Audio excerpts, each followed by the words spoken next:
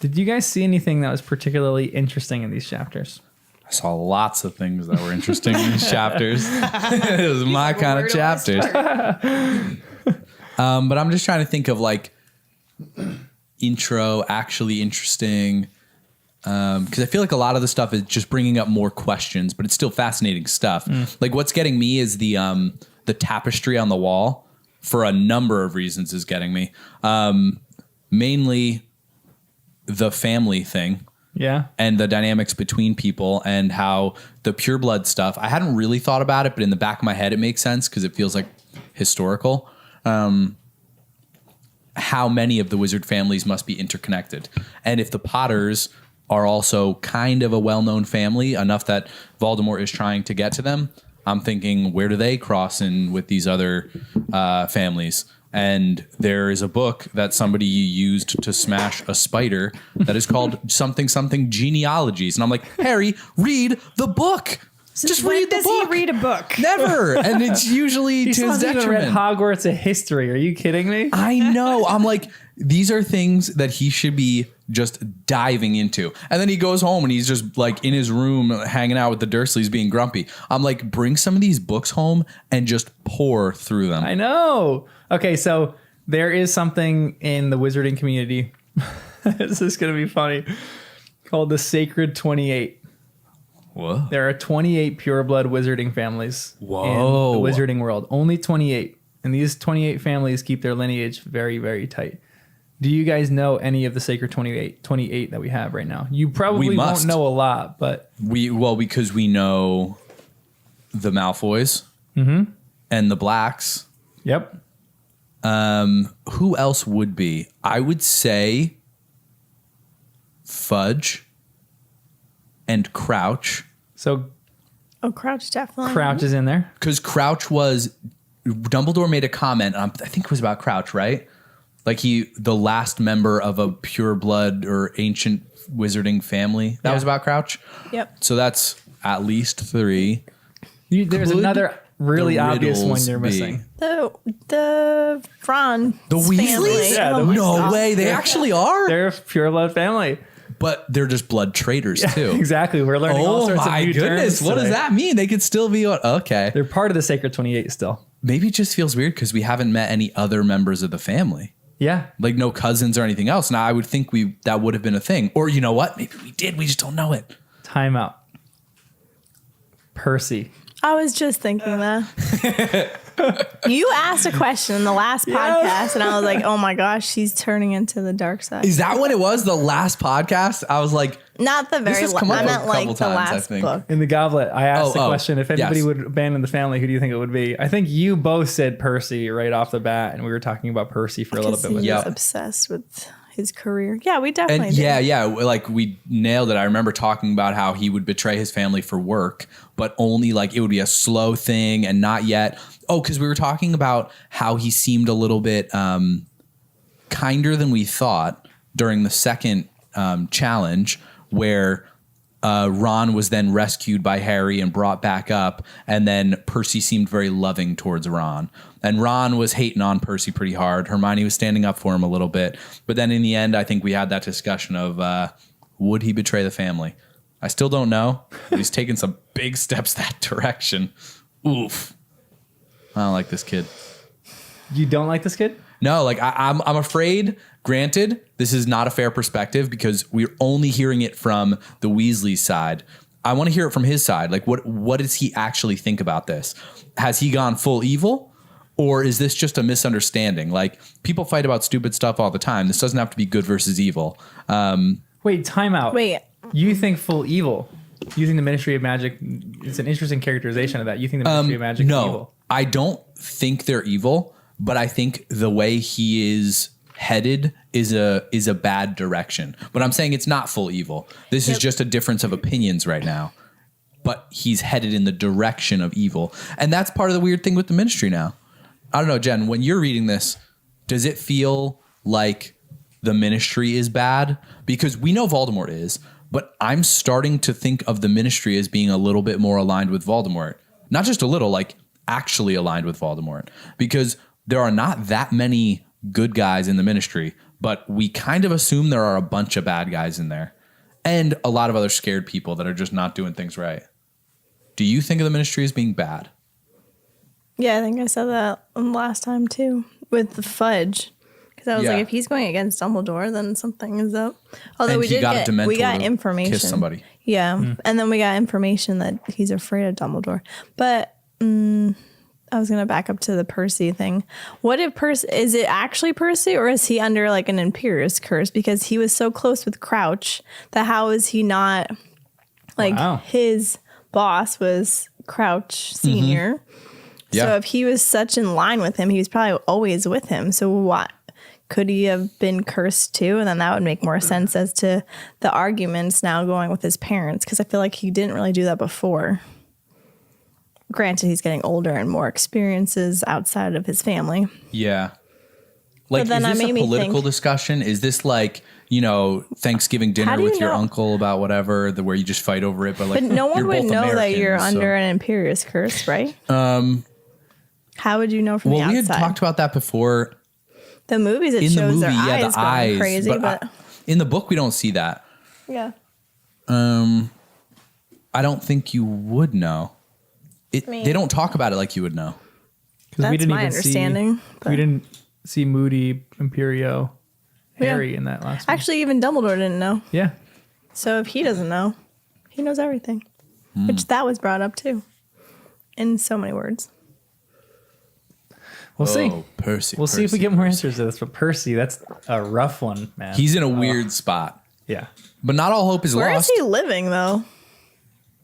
Great question. Was he out of school? He was out of school. They said London somewhere. Oh, yeah, that's right. But like a little flat in London. I can't help but every once in a while just play with the real crazy theories too, the polyjuice stuff, because then Percy could be the dead one and Crouch could still be a polyjuice Percy trying to just live his life as Weatherby from now on. Oh my gosh. I didn't follow that at all. Oh, I'm just saying with polyjuice, like anyone could be anybody. So what if when they found Crouch's body, it was really just Percy that they had swapped places. Gosh. So Percy was doing what Crouch told him to do. Senior or junior? I was thinking actually senior. That way senior could be Percy, although also could be junior, but that'd be even crazier because then Percy got his soul sucked out by a Dementor and then junior is Percy, but I don't know when that swap would have happened.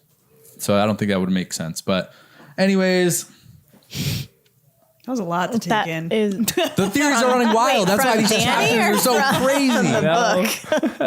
And I love too how Danny was like, let's start let's do the podcast Tuesday because I really want to keep reading. Yeah. And then we'll record again on Thursday. Dude. Yeah. Well, breaking them out, guys. Anyway, welcome to the podcast. I'm John. Jen. Danny. And Kristen. And this is Harry Potter and the First Time Readers.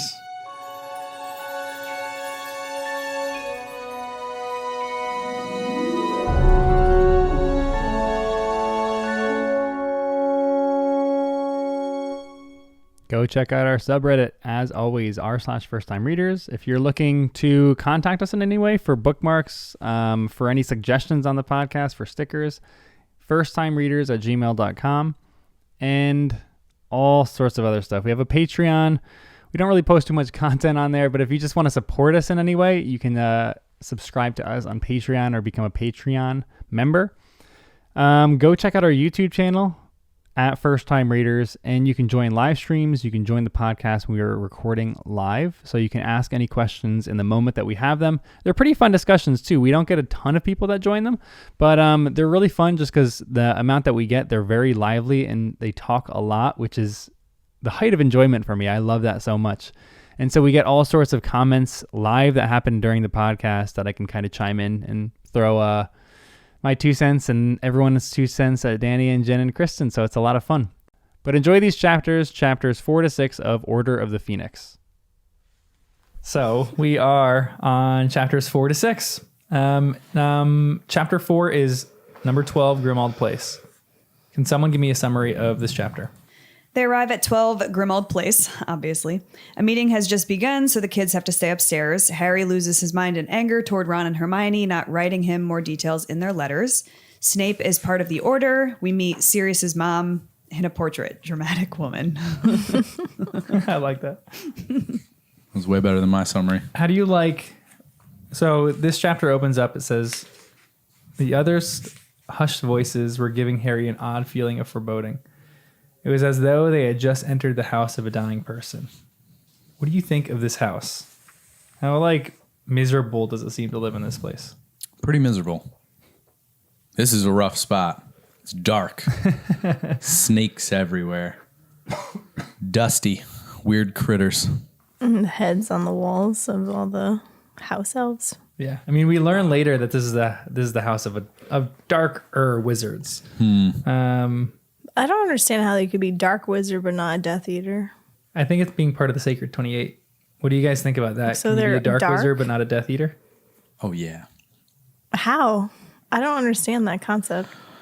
I feel like I'm trying to think of a good analogy or comparison, but maybe I won't get like political about it. But I feel like Death Eater is very specific. That is someone who supports Voldemort. But I'm also thinking of Voldemort like in his rise to power. Is he the only bad guy? Certainly not. Were there other bad guys in the past who also tried to take over the world or whatever his goal is? I don't know. But like you can be a bad person, but not specifically this kind of bad. You know, like there are a lot of kinds of bad. And so I don't know, like a dark wizard could be as simple as Karkaroff or Crumb or someone who goes to a school that teaches the dark arts. Maybe.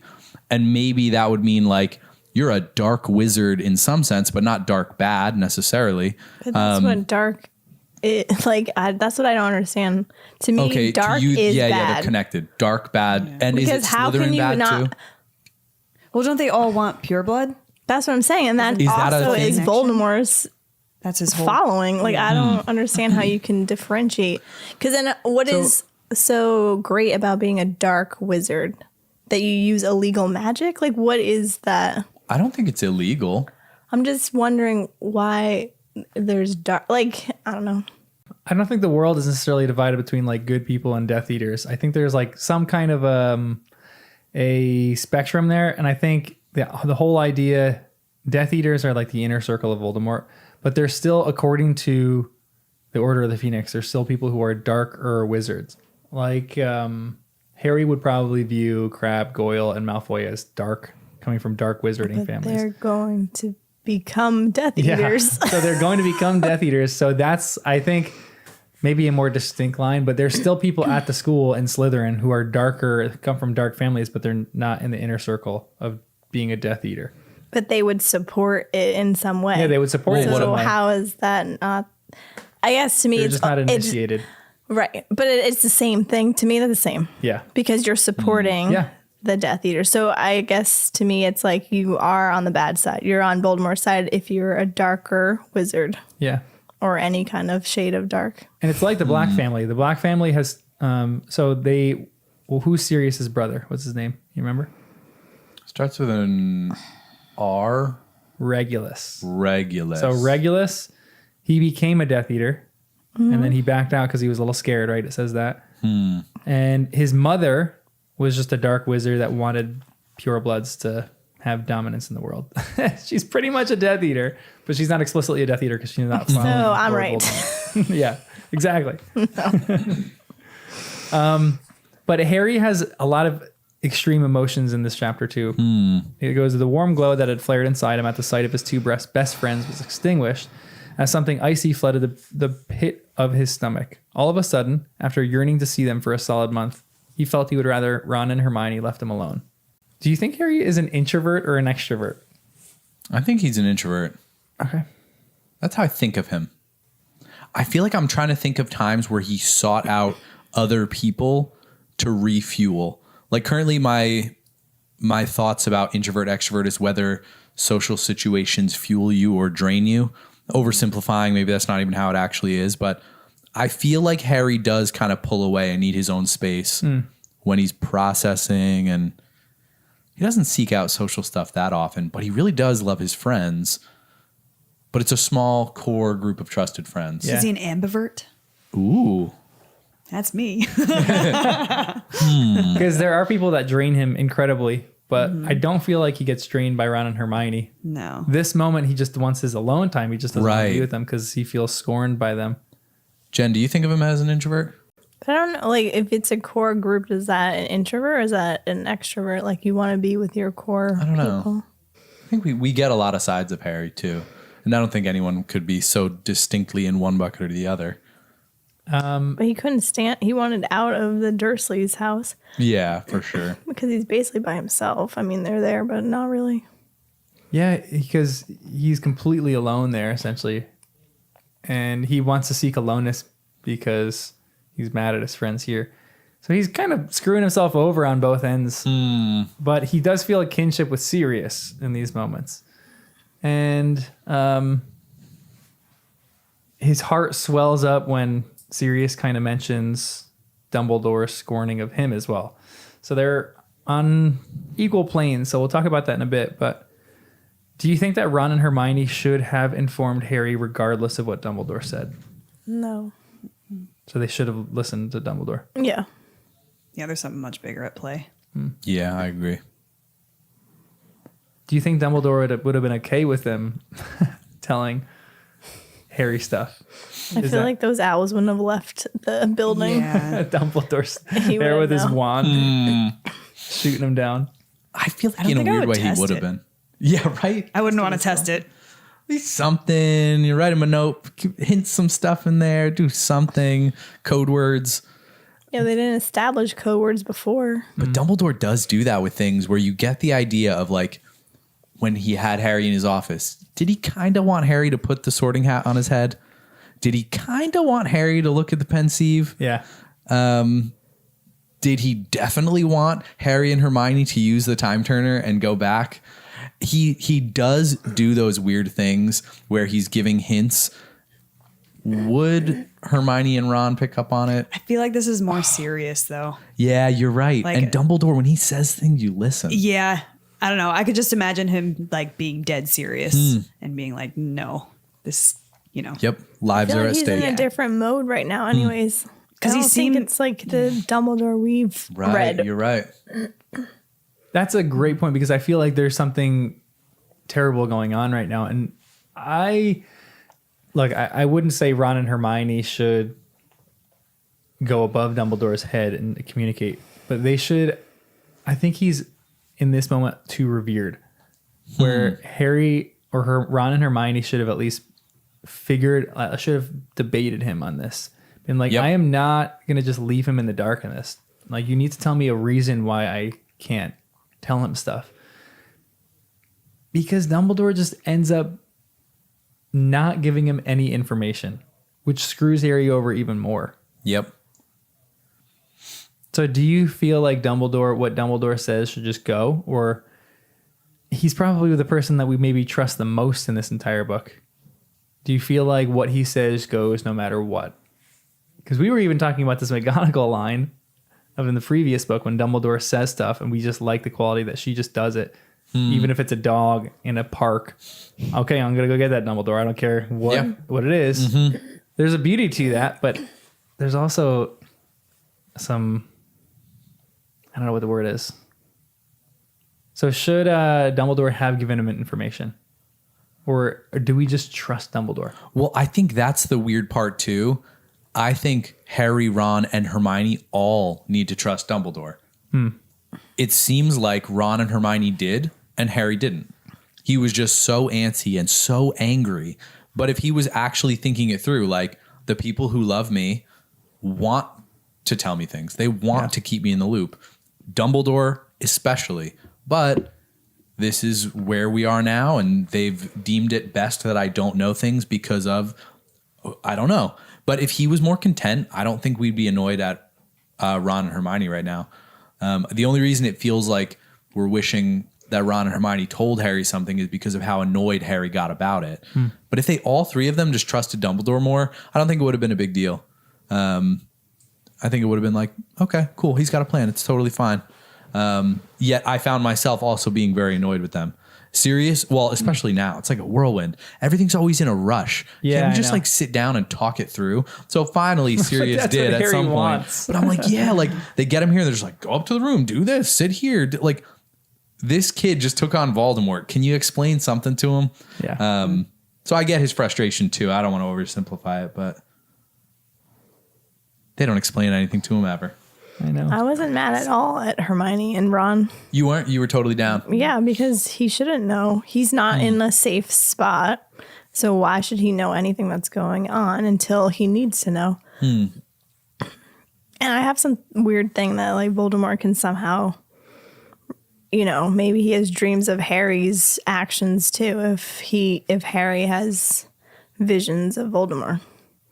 And maybe Dumbledore knows that. So the less he knows, the better. Right. Maybe Dumbledore had to read up on some old books about it before he could know for sure whether he could tell Harry anything.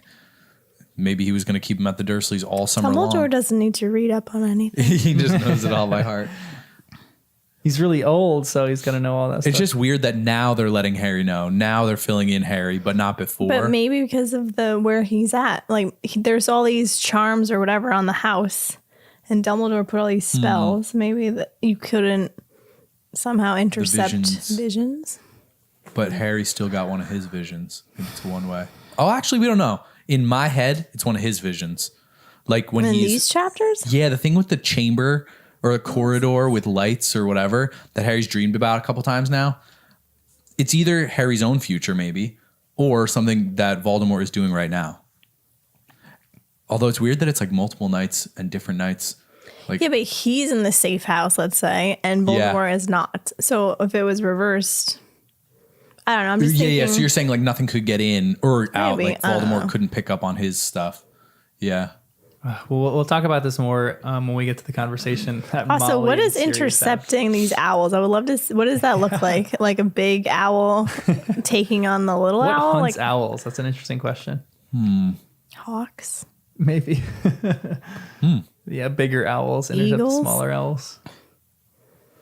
I don't know. That's a I good guess I just question. want to see what that looks Hippogriffs? like. No, I don't really want to see what it looks like, but I feel like a hippogriff. Do you feel like, okay, so we know hippogriffs, we know, like thunderbirds, phoenixes. Is there Dragons. Yeah, dragons. You think they're getting dragons to intercept owls? That'd be pretty sweet. I don't think all dragons are big and crazy. There could be some medium to small they sized smart? dragons, you know? Do you feel like the feel like ministry has dragons are any not dragons smart. under their control? Well, is it a separate? It depends what you mean by under their control. It but must have. yeah. They must have a connection to the company that owns the dragons because they are in the Triwizard Cup, Yeah. and that's run by the ministry and the Yeah. schools, right? Maybe. Oh, and dragons are kind of resistant to magic. So that does make them good. At first I'm thinking like, aren't there like things you could do to just like, similar to werewolves and other things, there are They like had, certain armor, right? certain things. But yeah, if a dragon can kind of resist that, well, but you can't Imperious a dragon. Maybe you can just train him the old fashioned way, like you would train a dog or something. They didn't look like they were trainable when they. Yeah, they sure didn't. Those dragons were Charlie wild. and the crew was with them, right? It's Charlie, yeah. But the ministry uses Dementors, and Dementors don't seem to listen to rules either. I could definitely see the ministry having a whole thing about creatures because they've got the whole committee that was going to execute Buckbeak. So I feel like that whole creatures section probably specializes in defensive creatures or the ministry's army. And we probably wouldn't trust the cavalry. ministry either with controlling dragons, much like we don't trust them or agree with their rules on a lot of stuff. Like even people are in chat are talking about this rule, underage wizardry and not being able to use magic when you're in holiday break. I feel like that's a little bit of a ridiculous rule. It's absolutely ridiculous. I feel like some of it might make sense, but if your family, like if the Dursleys know that you are magical, why can't Harry just be in his room practicing magic? They would never allow it for sure. But the fact that like Ron and his wizarding family can't Yes. do magic is a bit ridiculous. Yeah. Doesn't make How's sense. he going to practice? Yeah. They Like, all are only rusty, at so they're all going to go to school and they're going to forget everything that they learned Right. the previous year. But they can't practice even in their house. So The Ron Weasleys? technically could. Again, I think this is how the trace works is that If magic is done, they know the magic has been done in some specific location, but they think it's the parents that are doing the magic. I don't know. It's not like traced to a specific wand. You can trace it to a wand, but if magic is flaring up in the Weasley and the Burrow, they don't care about that because it's normal. But if it flares up in Surrey and Little Whinging. And that's why Dobby did it the first time, but Harry got blamed. Yeah. Because it was about location, not wand or person or anything. So Ron could get away with it because his house is kind of like, oh yeah, magic is expected there. Yeah, pretty much. Huh. Which is just, they need to figure out a better way to trace that stuff. It also means that, I was thinking when Mundungus apparated away, that's kind of magic too. Did they blame Harry for that? Did they pick up on that? Yeah. Or maybe that's a different kind of magic. It must be because Dobby apparated to... Yeah, you're right. And that Harry's didn't flag house anything that time either. Maybe that's different. Are you using your wand for that? We'll see. I think... I feel You probably like have to have your wand on you, maybe. I don't know. We'll see. I'm just saying that, like, it seems like when you're using your wand versus apparating might be a different that's different. magic. Less wagadoo. Okay, we have this line here too, where it says, some of them are working on recruiting more people to the order, said Hermione.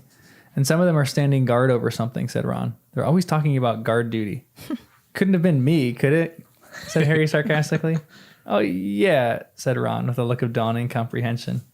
Is Harry what they were really guarding? Yeah, I think so. It just makes sense. It definitely makes sense.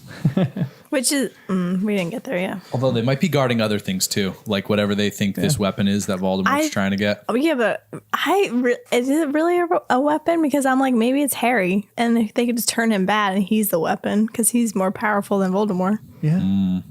Or not even like turn him bad, just, you know, let him loose. Maybe he has something inside him. Because in this book, even we're seeing that he has some deep anger issues. Maybe if they unleash that anger, maybe they're trying to keep the anger at bay or something like that because they don't want to unleash the weapon. Maybe in the same way. I don't know, maybe it's something. Yeah. Or maybe he can unleash something with his bloodline powers.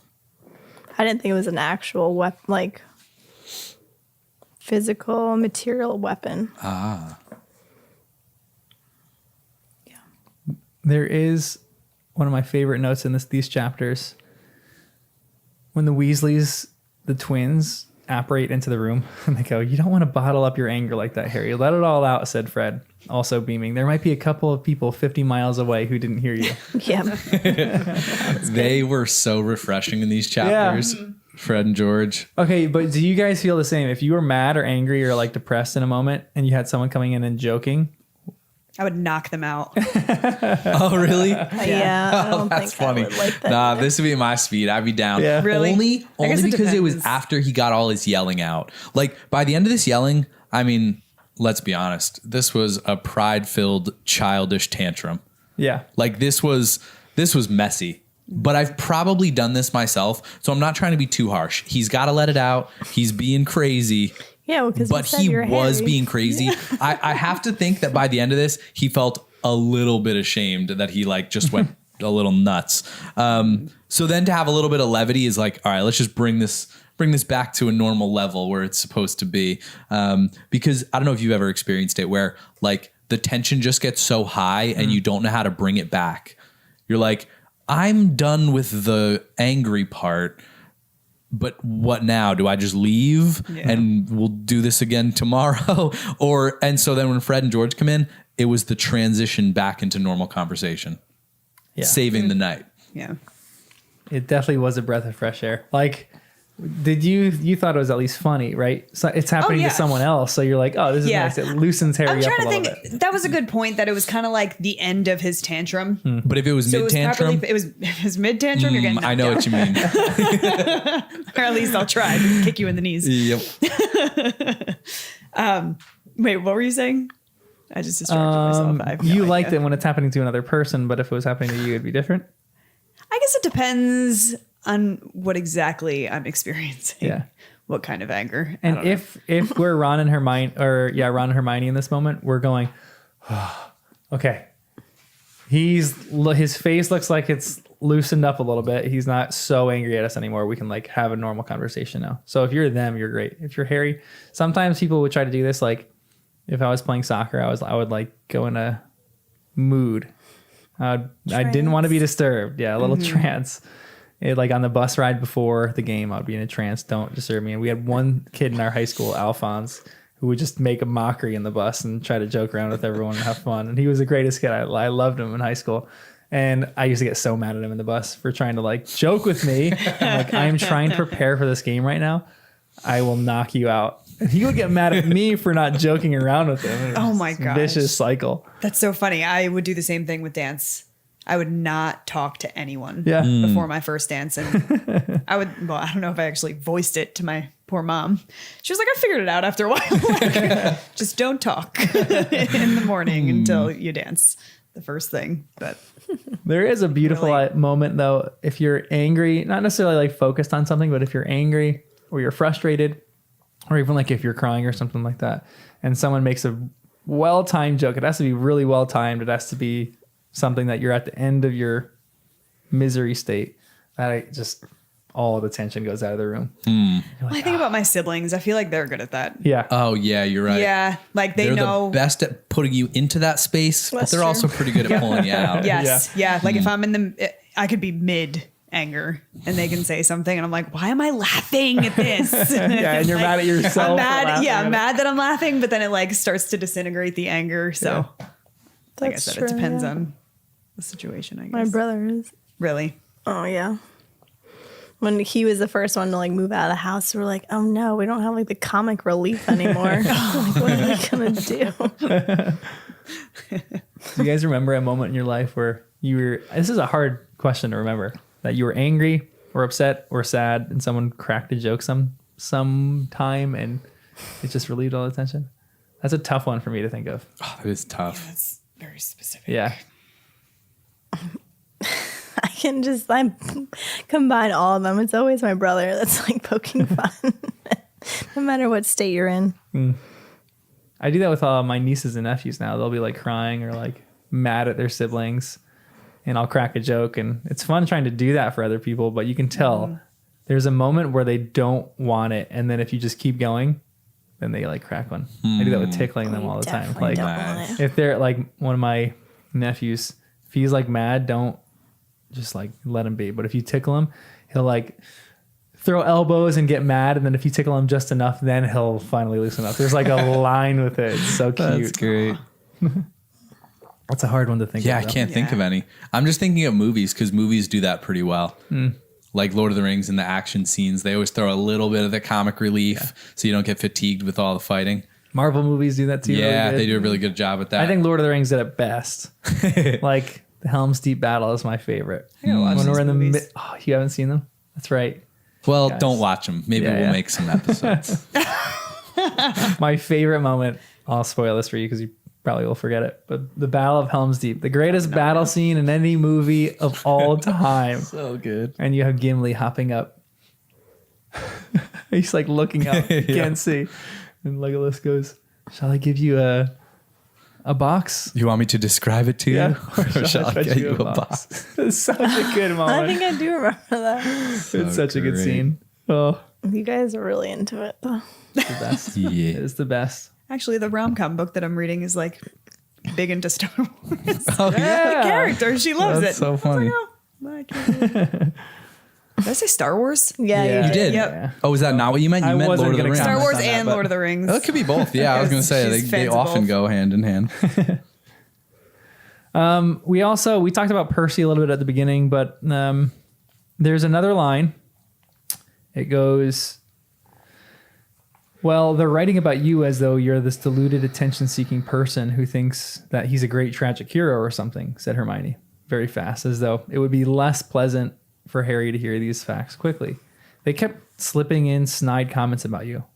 If some far-fetched story appears, they say something like a tale worthy of Harry Potter. And if anyone has a funny accident or anything, it's, let's hope he hasn't got a scar on his forehead, or we'll be asked to worship him next. Why do you think the ministry is actually doing this? What's their motivation? They don't want him credible at all for saying when he's talking about Voldemort being back. So it's just to knock his credibility? I think so. And maybe get to him too.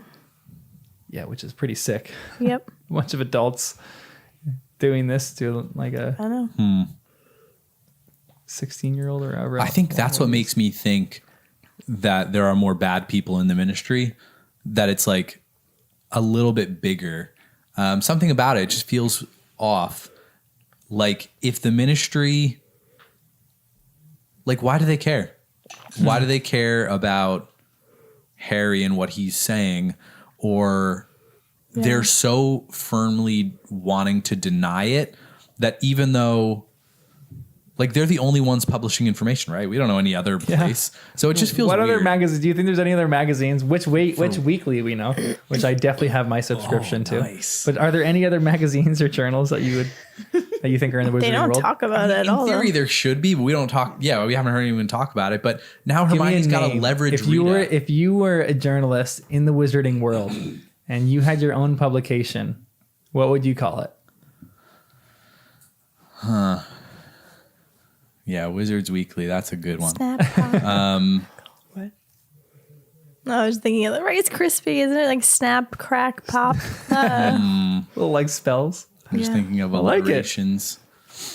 The They're the Gryffindor Rice Gazette, Krispie characters too. Snap. the Hufflepuff Crack. Herald. Ooh.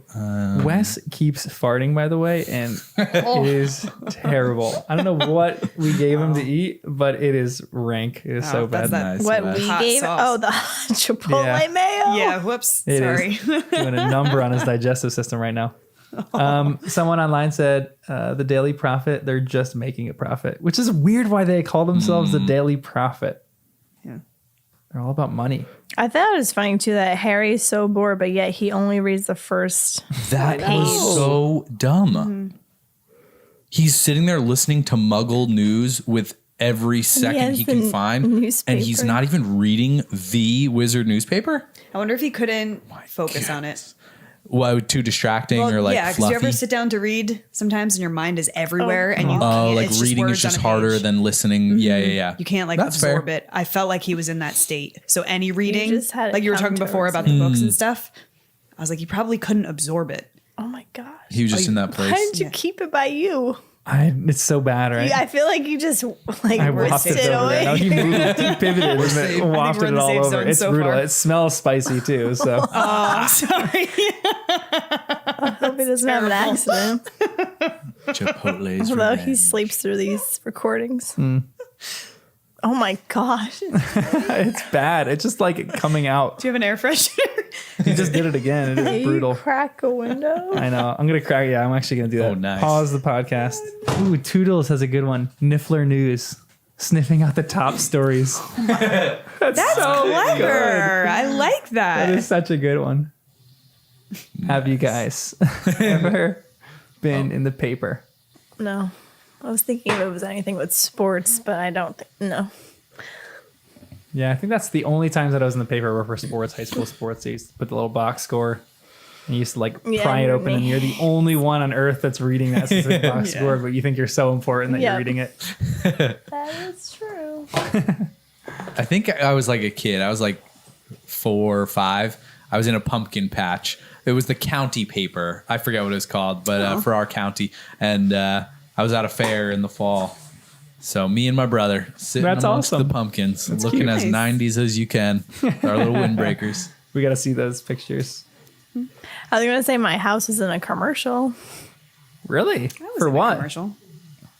Yeah, they just I don't know why they even bother. They redo all the rooms and it doesn't even look like your house. I'm like, you could have just put a green screen and like put a couch in So front. funny.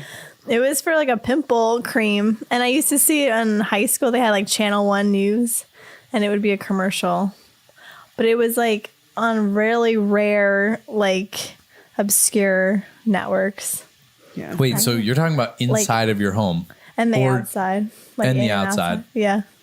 That's so funny. And the annoying thing is you tell your friends, oh, that's my house. And they're like, no, it's not. I know. It doesn't look anything That like doesn't your look house. like it. Not that I normally say that, but you were just drawing my memory of, and it was interesting. That's It was cool production. They Yeah. have like the whole street was full of cars, trucks, and they were there all day. And the actors were like in the yard, just like hanging out, waiting for their scene. That's really They cool. we have a pool, so they used the pool, and they like repainted and put furnishing in different places and stuff like that. Oh, wow. Wow. It's very intense for a like 30-second commercial. Right, An right. all day production. I'm like, what the heck? Yeah, Yeah, a those lot things goes are. into it.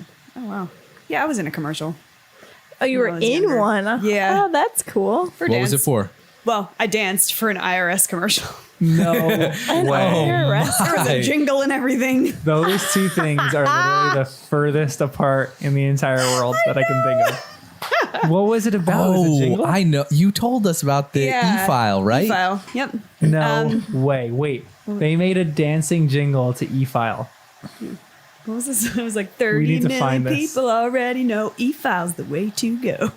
And what was your dance moves? I don't Yeah, remember. you're My gonna do dance, moves? actually, my dance Start a partner. live stream. Go. No, I'm not dancing right now. My dance partner and I actually got the job together, and so we were paired up, and we did like some lifts, and I forget. It was a whole dance that they choreographed, and there was like a bunch of us in front of a green screen. That's so cool. Yeah, that's awesome. It was That cool. is really awesome. I love Probably the, like the 12. topic for that.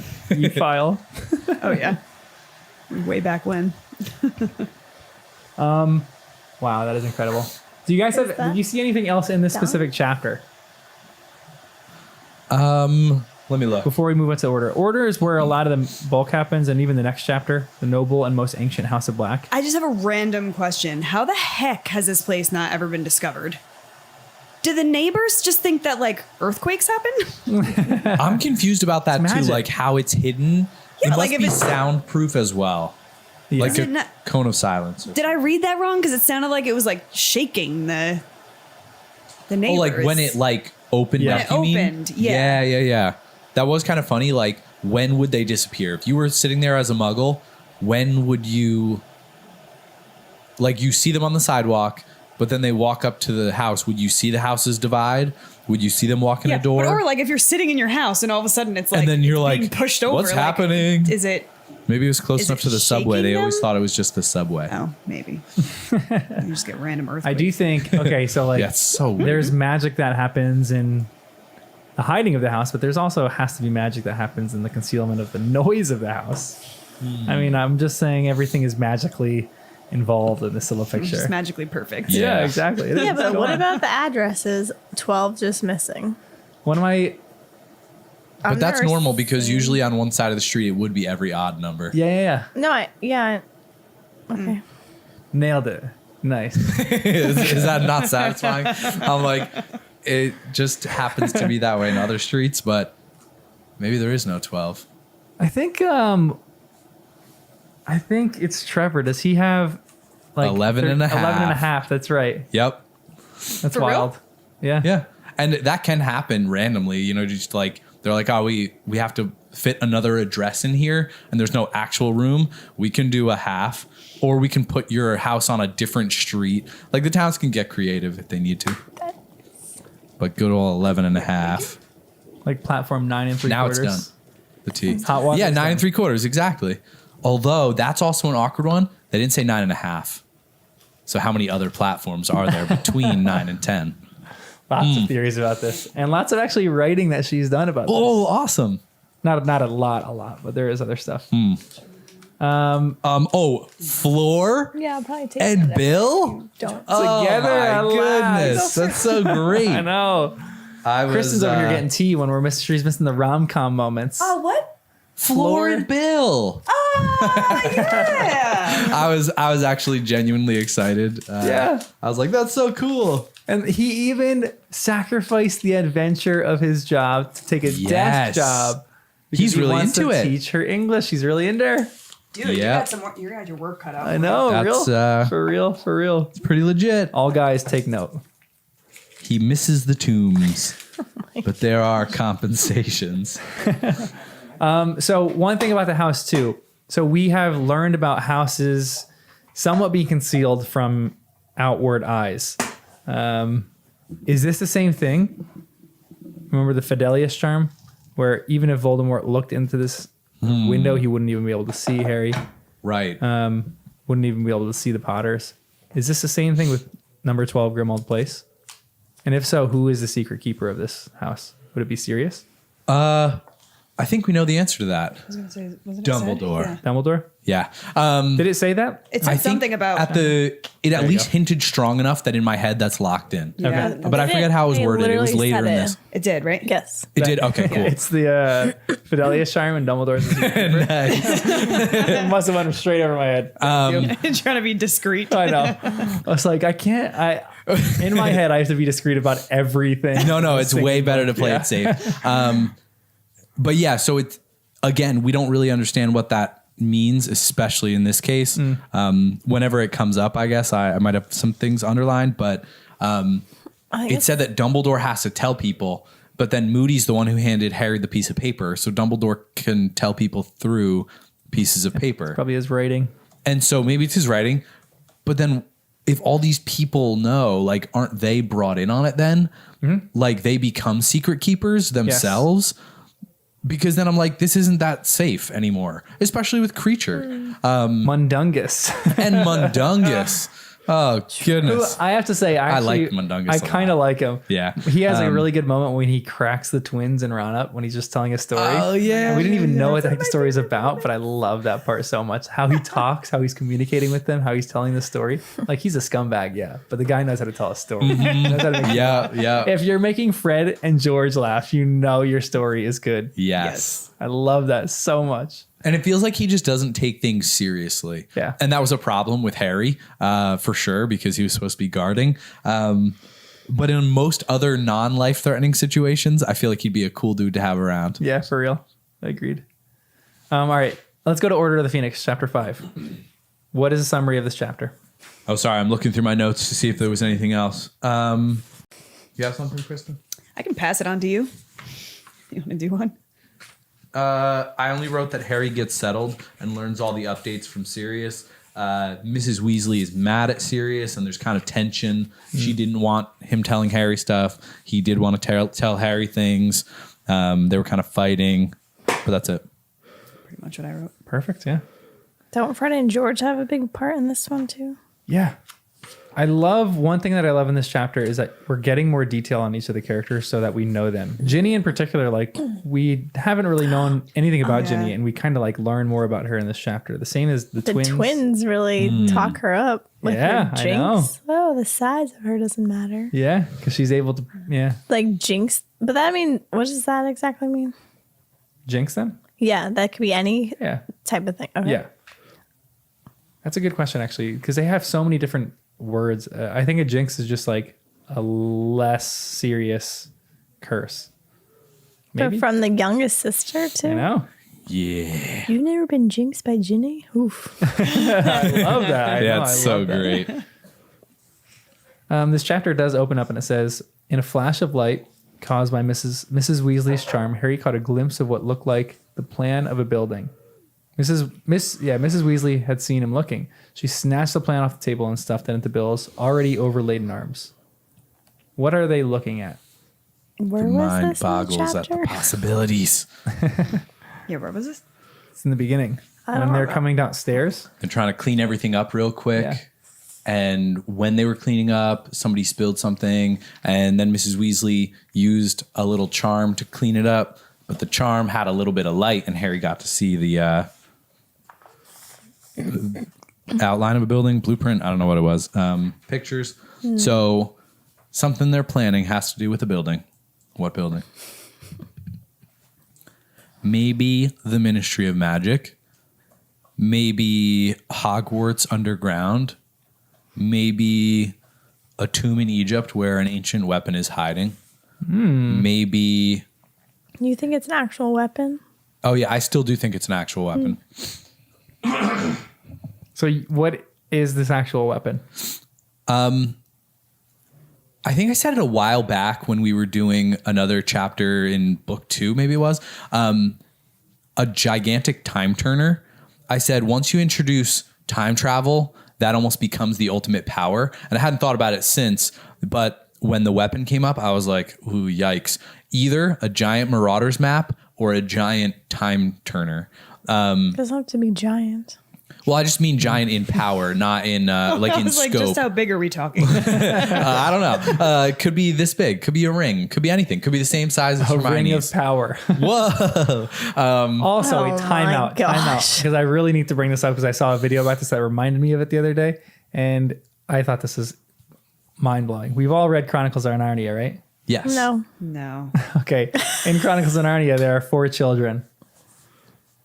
People connect the 4 founders of Hogwarts with the 4 children from the Chronicles of Narnia. Whoa. The oldest being a Gryffindor, the oldest girl being a Ravenclaw, the youngest girl being Hufflepuff, and the youngest boy being Slytherin. And their That personalities makes a lot of fit sense. very closely to that. Just as a side note, that's very fascinating. I love how this stuff connects. But the Ring of Power might come into this. What if Lord Voldemort possessed the Ring of Power? What's his name? in It's Lord right of the over your Rings? head, Kristen. It's like through the wall. Sevron or something like that. What's his name? Who?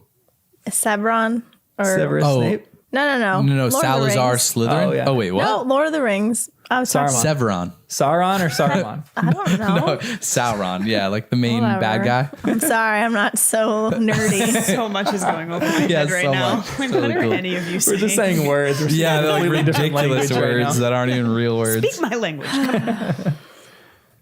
Plan of a building. Jen, what do you think? Did you think anything That about went that? right over my head. Okay, I yeah. didn't even catch that. Because it's That's a why I was hint at asking something where it we're going to was. find out later, but it's just so little to go on. I feel like they're going to break in somewhere to try and get this weapon. So this is the order. The building that they're looking at, is that the plans of the building that they're trying to look into? Yeah, that's what I was thinking. This is a plan of like attack or sabotage, or like they've got to steal the Declaration of Independence first. You know, I'm going to steal the Declaration of Independence.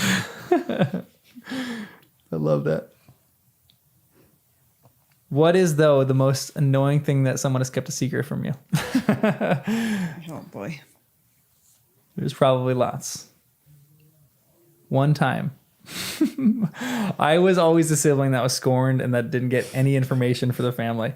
Really? None. Oh. Because you're the baby? I was the baby, and I guess they just didn't trust me with certain things. So 2 of my siblings had broken up with significant others and had months down the road started dating other people, and I didn't even know when they started dating the other people that they had broken up with the other people. I was young at this point.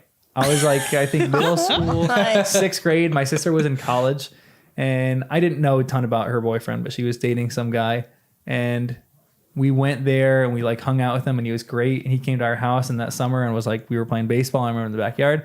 The next year she goes, and we go a few months later, and I remember we get to campus and my family's like, we gotta like avoid this guy. Like, where is he? Like we saw him at a basketball game. We're like, oh, we can't like look at him. And I'm like, why? And they're like, my sister's like, we broke up like 6 months ago. Oh, and I'm like, my what? goodness. I was like, what are you guys Why am I doing? so out of the I know. Oh no! You cry the rest of the game? Yeah, I was in shambles. Hated that so much. I was so mad. Oh, man. That's all I got though.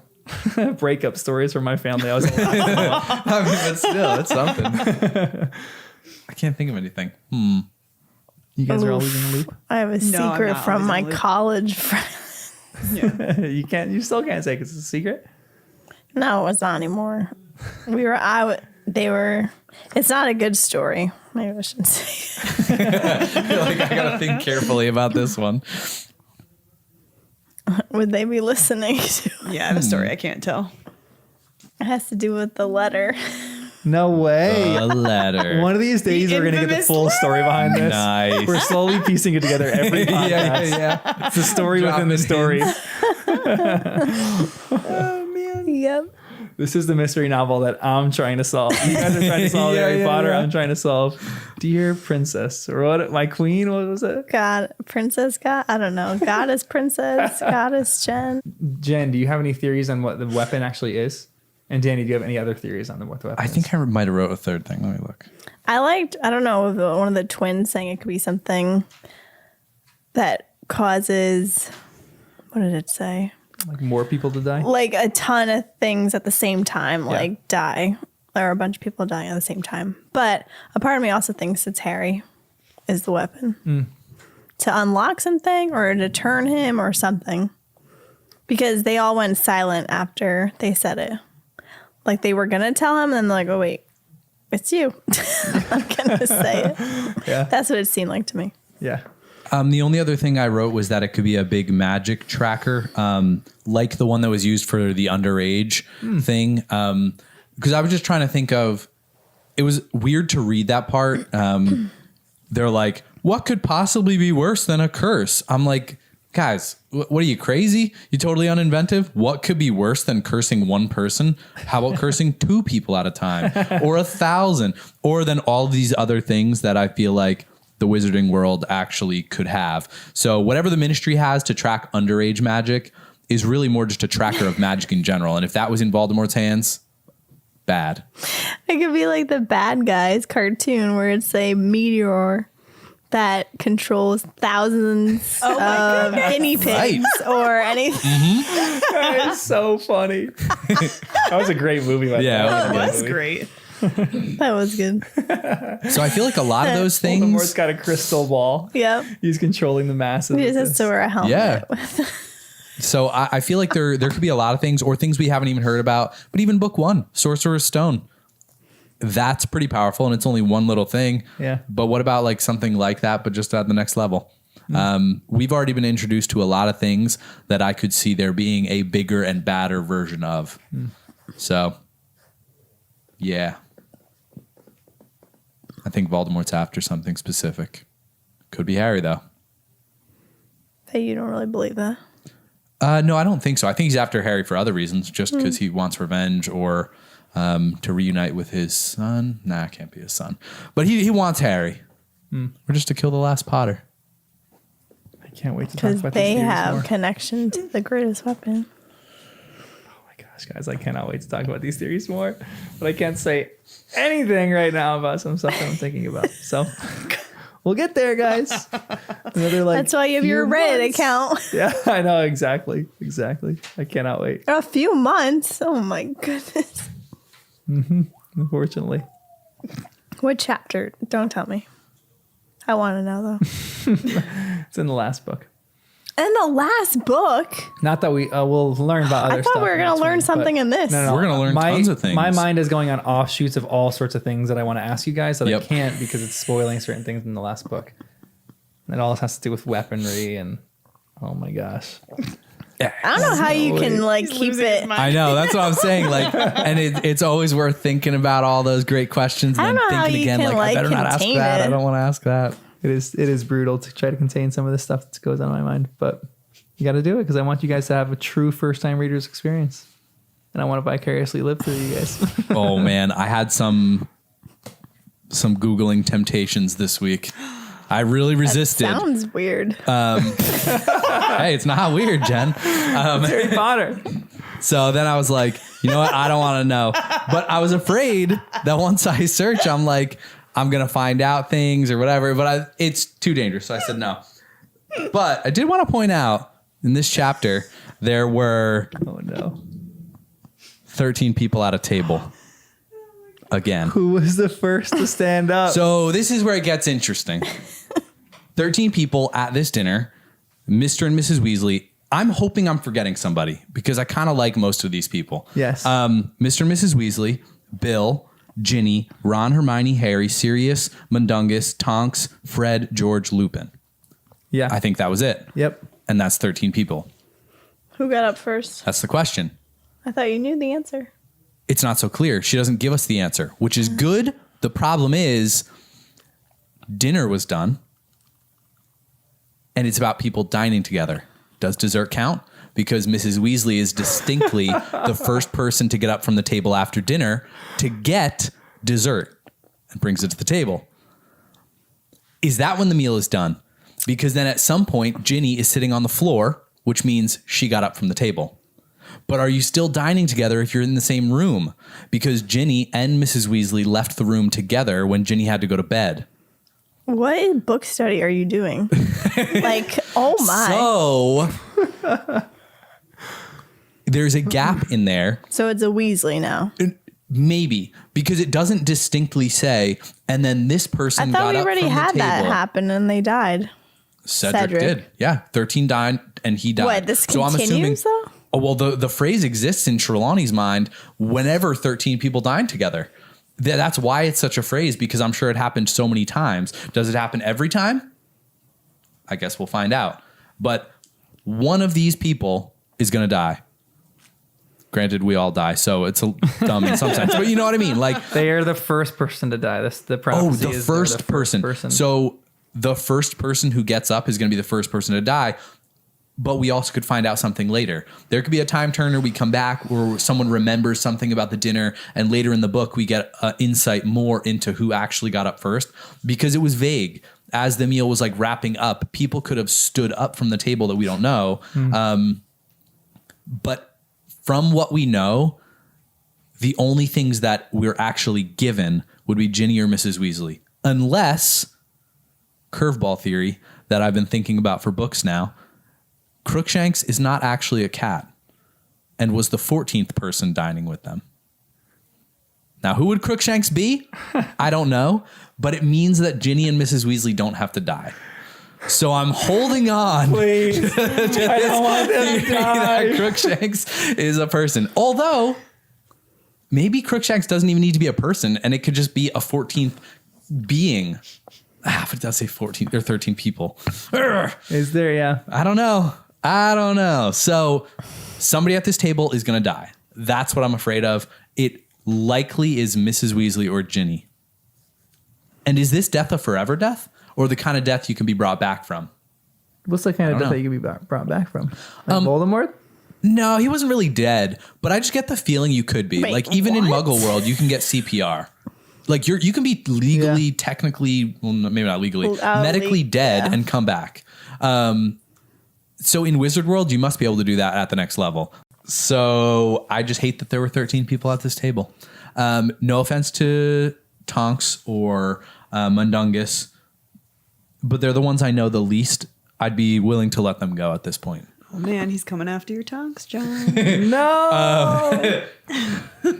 She could die in a heroic way too. But oh man, I just don't want it to be Ginny or Mrs. Weasley. Although I can't say it. Never mind. Say it. It'd be okay if Ginny died right now. No. I just don't know her that well. She is nice. I like her, but I don't know. What? What are you guys laughing at? Nothing. But Mundungus. usual. Mundungus could die. That would be cool, right? Then he could go out in a blaze of glory. He could save someone's life on the way out, and it'd be fine. Was he the first person to stand up? I don't think so. It certainly doesn't mention it. He doesn't give me the vibes like he'd be the first one up. I also don't know why I'm still suspicious of Crookshanks, partially because Crookshanks was walking with Sirius out in Hogwarts, and it doesn't make sense to me still. That Sirius is, I'm assuming, walking and talking with Crookshanks, and Crookshanks is just a cat. Why? That is weird. It is a little suspicious. Crookshanks seems to be smarter than a typical cat.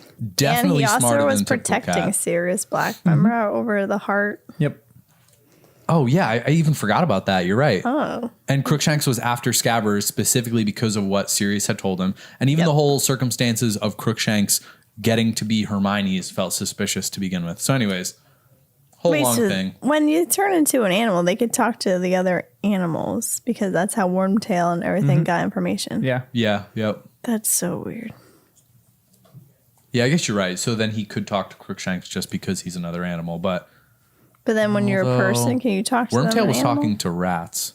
Maybe cats and dogs are close enough they can talk.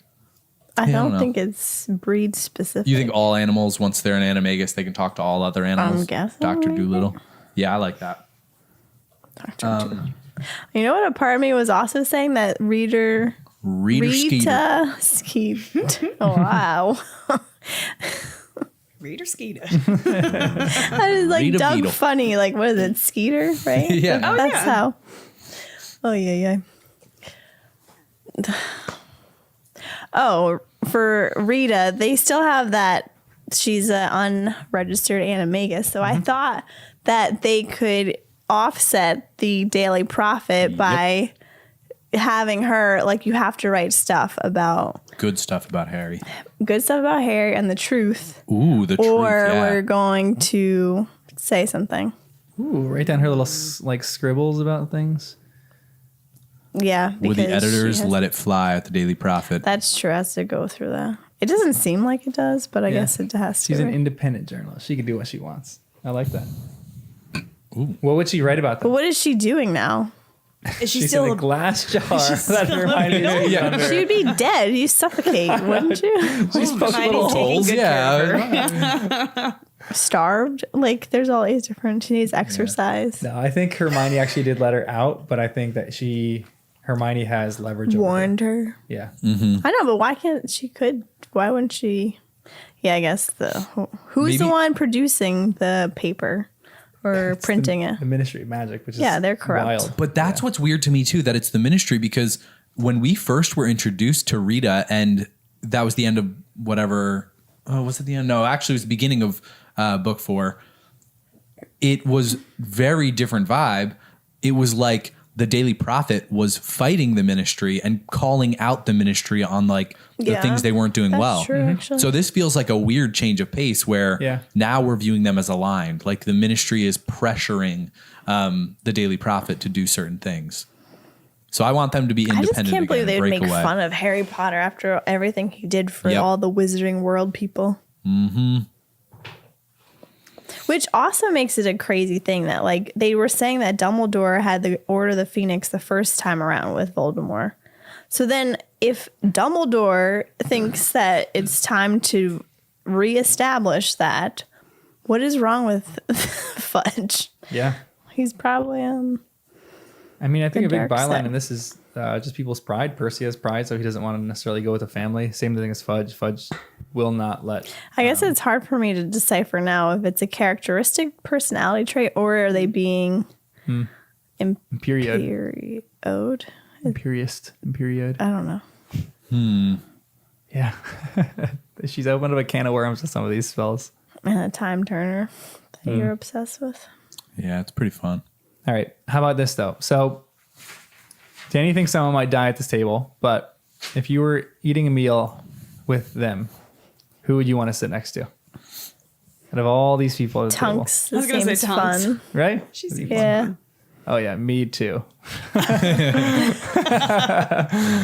What color hair would you want her to have? Blonde. Honestly, Mundungus Fletcher He would be another be fun option. He would be so fun. Yeah. But if I was in Harry's shoes, Sirius would be high up. Yeah. And Lupin, although he seems a little shabby at the moment, Yeah. like he just is half asleep almost. But they'd all be pretty great. I'm just a little annoyed at Mad-Eye Moody's Mrs. not sitting Weasley at right the now. table, right? No, he wasn't there, and that's why they couldn't have the desk checked out Wait. upstairs. You said you're a little mad at Mrs. Weasley. so just you're for, like- Team Sirius, not Team Molly. I don't know that I'm fully Team Sirius. I think they need to balance each other out. It's a good balance, but I'm definitely more on Team Sirius. I'm leaning that direction. And maybe I just don't like the way it was all handled. I feel bad for her. Yeah, I feel bad for everyone in this situation. She was in a weird spot, and she feels like the outlier. I'm like, there should be more people on her side, kind of speaking common sense. Well, I feel bad because I feel like this is like a like a redirect from the whole Percy thing. oh, I feel like she's hurting really badly from that. and this is letting like, it out because she's yelling at everybody. Yeah, you're like right. it wasn't you're just right. that. There was who else did she yell at? I forget. But it happened again, and I was like, I feel like she's just hurting from that. you Yeah, know? no, you're right. Her own That's very son fair. isn't speaking to her, so and then Sirius comes in with this, and she's like, "Well, Harry's like another son to me. I can't lose another one." So I feel like she's got like a tight grip on him. So I feel like that's why she like exploded. That's how I took it. No, you're right. That's a much more fair view of it. Because I love her, and I wanted to find a reason why. Yeah, no, of course. Yeah, she's great. I mean, this whole debate is really sad. I think you're right. I think you're onto something too, because like what they're saying here is equal parts touching and equal parts really, really difficult to grasp. Like where he's going, well, Mrs. Weasley. Well said, Mrs. Weasley, breathing deeply and looking around. the table for support that did not come. Well, I can see I'm going to be overruled. I'll just say this. Dumbledore must have had his reasons for not wanting Harry to know too much. And speaking as someone who has Harry's best interest at heart, he's not your son, said Sirius quietly. He's as good as, said Mrs. Weasley fiercely. Who else has he got? He's got me. Yes, said Mrs. Weasley, her lip curling. The thing is, it's been rather difficult for you to look after him while you've been locked up in Azkaban, hasn't it? Sirius rose from his chair. Molly, you're not the only person at this table who cares about Harry, said Lupin sharply. Mrs. Weasley's lower lip was trembling. Oh, like it hurts.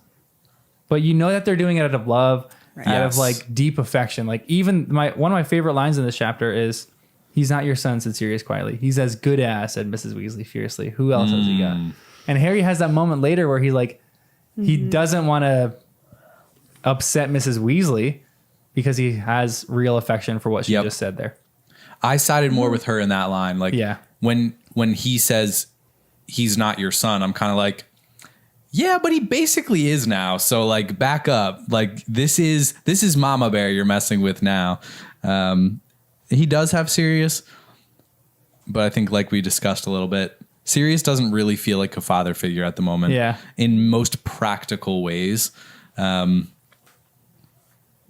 it's good that Mrs. Weasley is pushing back on that. So as far as their argument, I think Mrs. Weasley definitely wins. I just want Harry to know more information. He's gotta be let in small little ways. In this. He feels like such a weird outsider. Yeah. Not cool. So we've talked about the weapon, but what do you think of Voldemort and the Order of the Phoenix, both of their respective plans? Where do you think they're going to go from this point? Voldemort and the Order of the Phoenix? Yeah. Like, why hasn't Voldemort... I mean, we've gotten a little bit of why he hasn't. He's kind of biding his time, growing in strength, growing in numbers. But what's their plan going forward? And what is the Order of the Phoenix's plan? And because we've learned a little bit about their plans, too. What do you think of their plans? And maybe what would you do if you were in charge? Their plans do seem pretty small. Like, small scale. I'm like, what are they actually like doing? It just feels very slow. These are not big moves. I guess Voldemort maybe started that with no big moves because I forget who was explaining it to Harry. I think that was Sirius. Voldemort didn't want anyone knowing he was around yet, so Harry threw a wrench in that. So whatever Voldemort was planning on doing next, he thought he was going to have the element of surprise. So whatever this weapon is, maybe is to help him gain the element of surprise back, or maybe it was his plan all along, but he's just taking it very slow so he doesn't like give himself away in the meantime. But it's going to be a lot of slow, deliberate moves here. Setting up the chessboard, but I don't know. I really don't know what their plan is. Big picture. Wes just moved, and I feel like he was trailing fart with them because I just smell it again right now. Oh, good. Now it's going to come my way. Well, he did eat off your lap. Sorry, it is my fault. So we all get to share it. An intense discussion about goblins. The discussion about goblins makes me think it could have something to do with Gringotts. Maybe Hogwarts has some additional assets in Gringotts we don't know about. But then I also thought maybe the goblins are a bit of an army themselves. They did have an uprising back in the day. But they said that we don't treat them well or something, didn't they say? Yeah, and they weren't sure who they were going to side with if things. So I was like, are they neutral? Are they Switzerland? Or because they are handling the money. That's not a bad spot to be if you want to be neutral. But if they did choose a side, that could be real bad for whoever they... Could be. I guess I just find it weird that everyone... Like, if Dumbledore says it, no one... Like, it's just weird that maybe I'm just used to this Hogwarts mentality. Everyone believes and trusts him. So for him to say he's back and, like, no one's fully believing him, or they're believing the lies from the ministry, it's just weird. Yeah, it is. It shows how much he's lost his power. And don't say that. No, maybe not power, influence. Because he's old. Yeah. He's old news. No. Well, he still has that, like, the immense power that he had, because he terrified Harry when he was in the end of Goblet of Fire when he ran into the office. He had like a fury about him. And that was like pretty cool. Mm-hmm. But he doesn't have so much influence because I think Fudge is trying to block him out. They're trying to like blackball Harry. They're making him look bad about certain things. They're painting him in a pretty poor light. The thing is, like, people reading that paper, they believe that? Really? Because, like, didn't you just read all the other stuff? I just find it's an interesting point. I'm like trying to, I feel like there's something in my brain and I can't fully place it. But like, I feel like people don't want to believe if something that bad is on the horizon. If there's something printed to give hope that it's not true, I feel like certain people might just latch on to that and believe it because it's scary to believe. Like if Voldemort is back, I feel like people don't want to believe that. So if they print that it's not true, they'll just believe it. Because they're in denial. Yeah. I don't know. That's kind of how I'm viewing it. Probably. That really makes sense. Yeah. But. Yeah, I feel like you're kind of right on that. I feel like there's just a terror. The only thing that I people find experience and strange, they wanna though, shut is their ears. that Triwizard Cup, Harry disappears and comes back with Cedric's body that's dead. So everyone that's in that school tournament, all the people, they saw that, and they're still going to not believe it. They saw him go in the maze and he came out dead. In their head, in Fudge's head, the person who might have killed him is Harry. Yeah, because they don't know.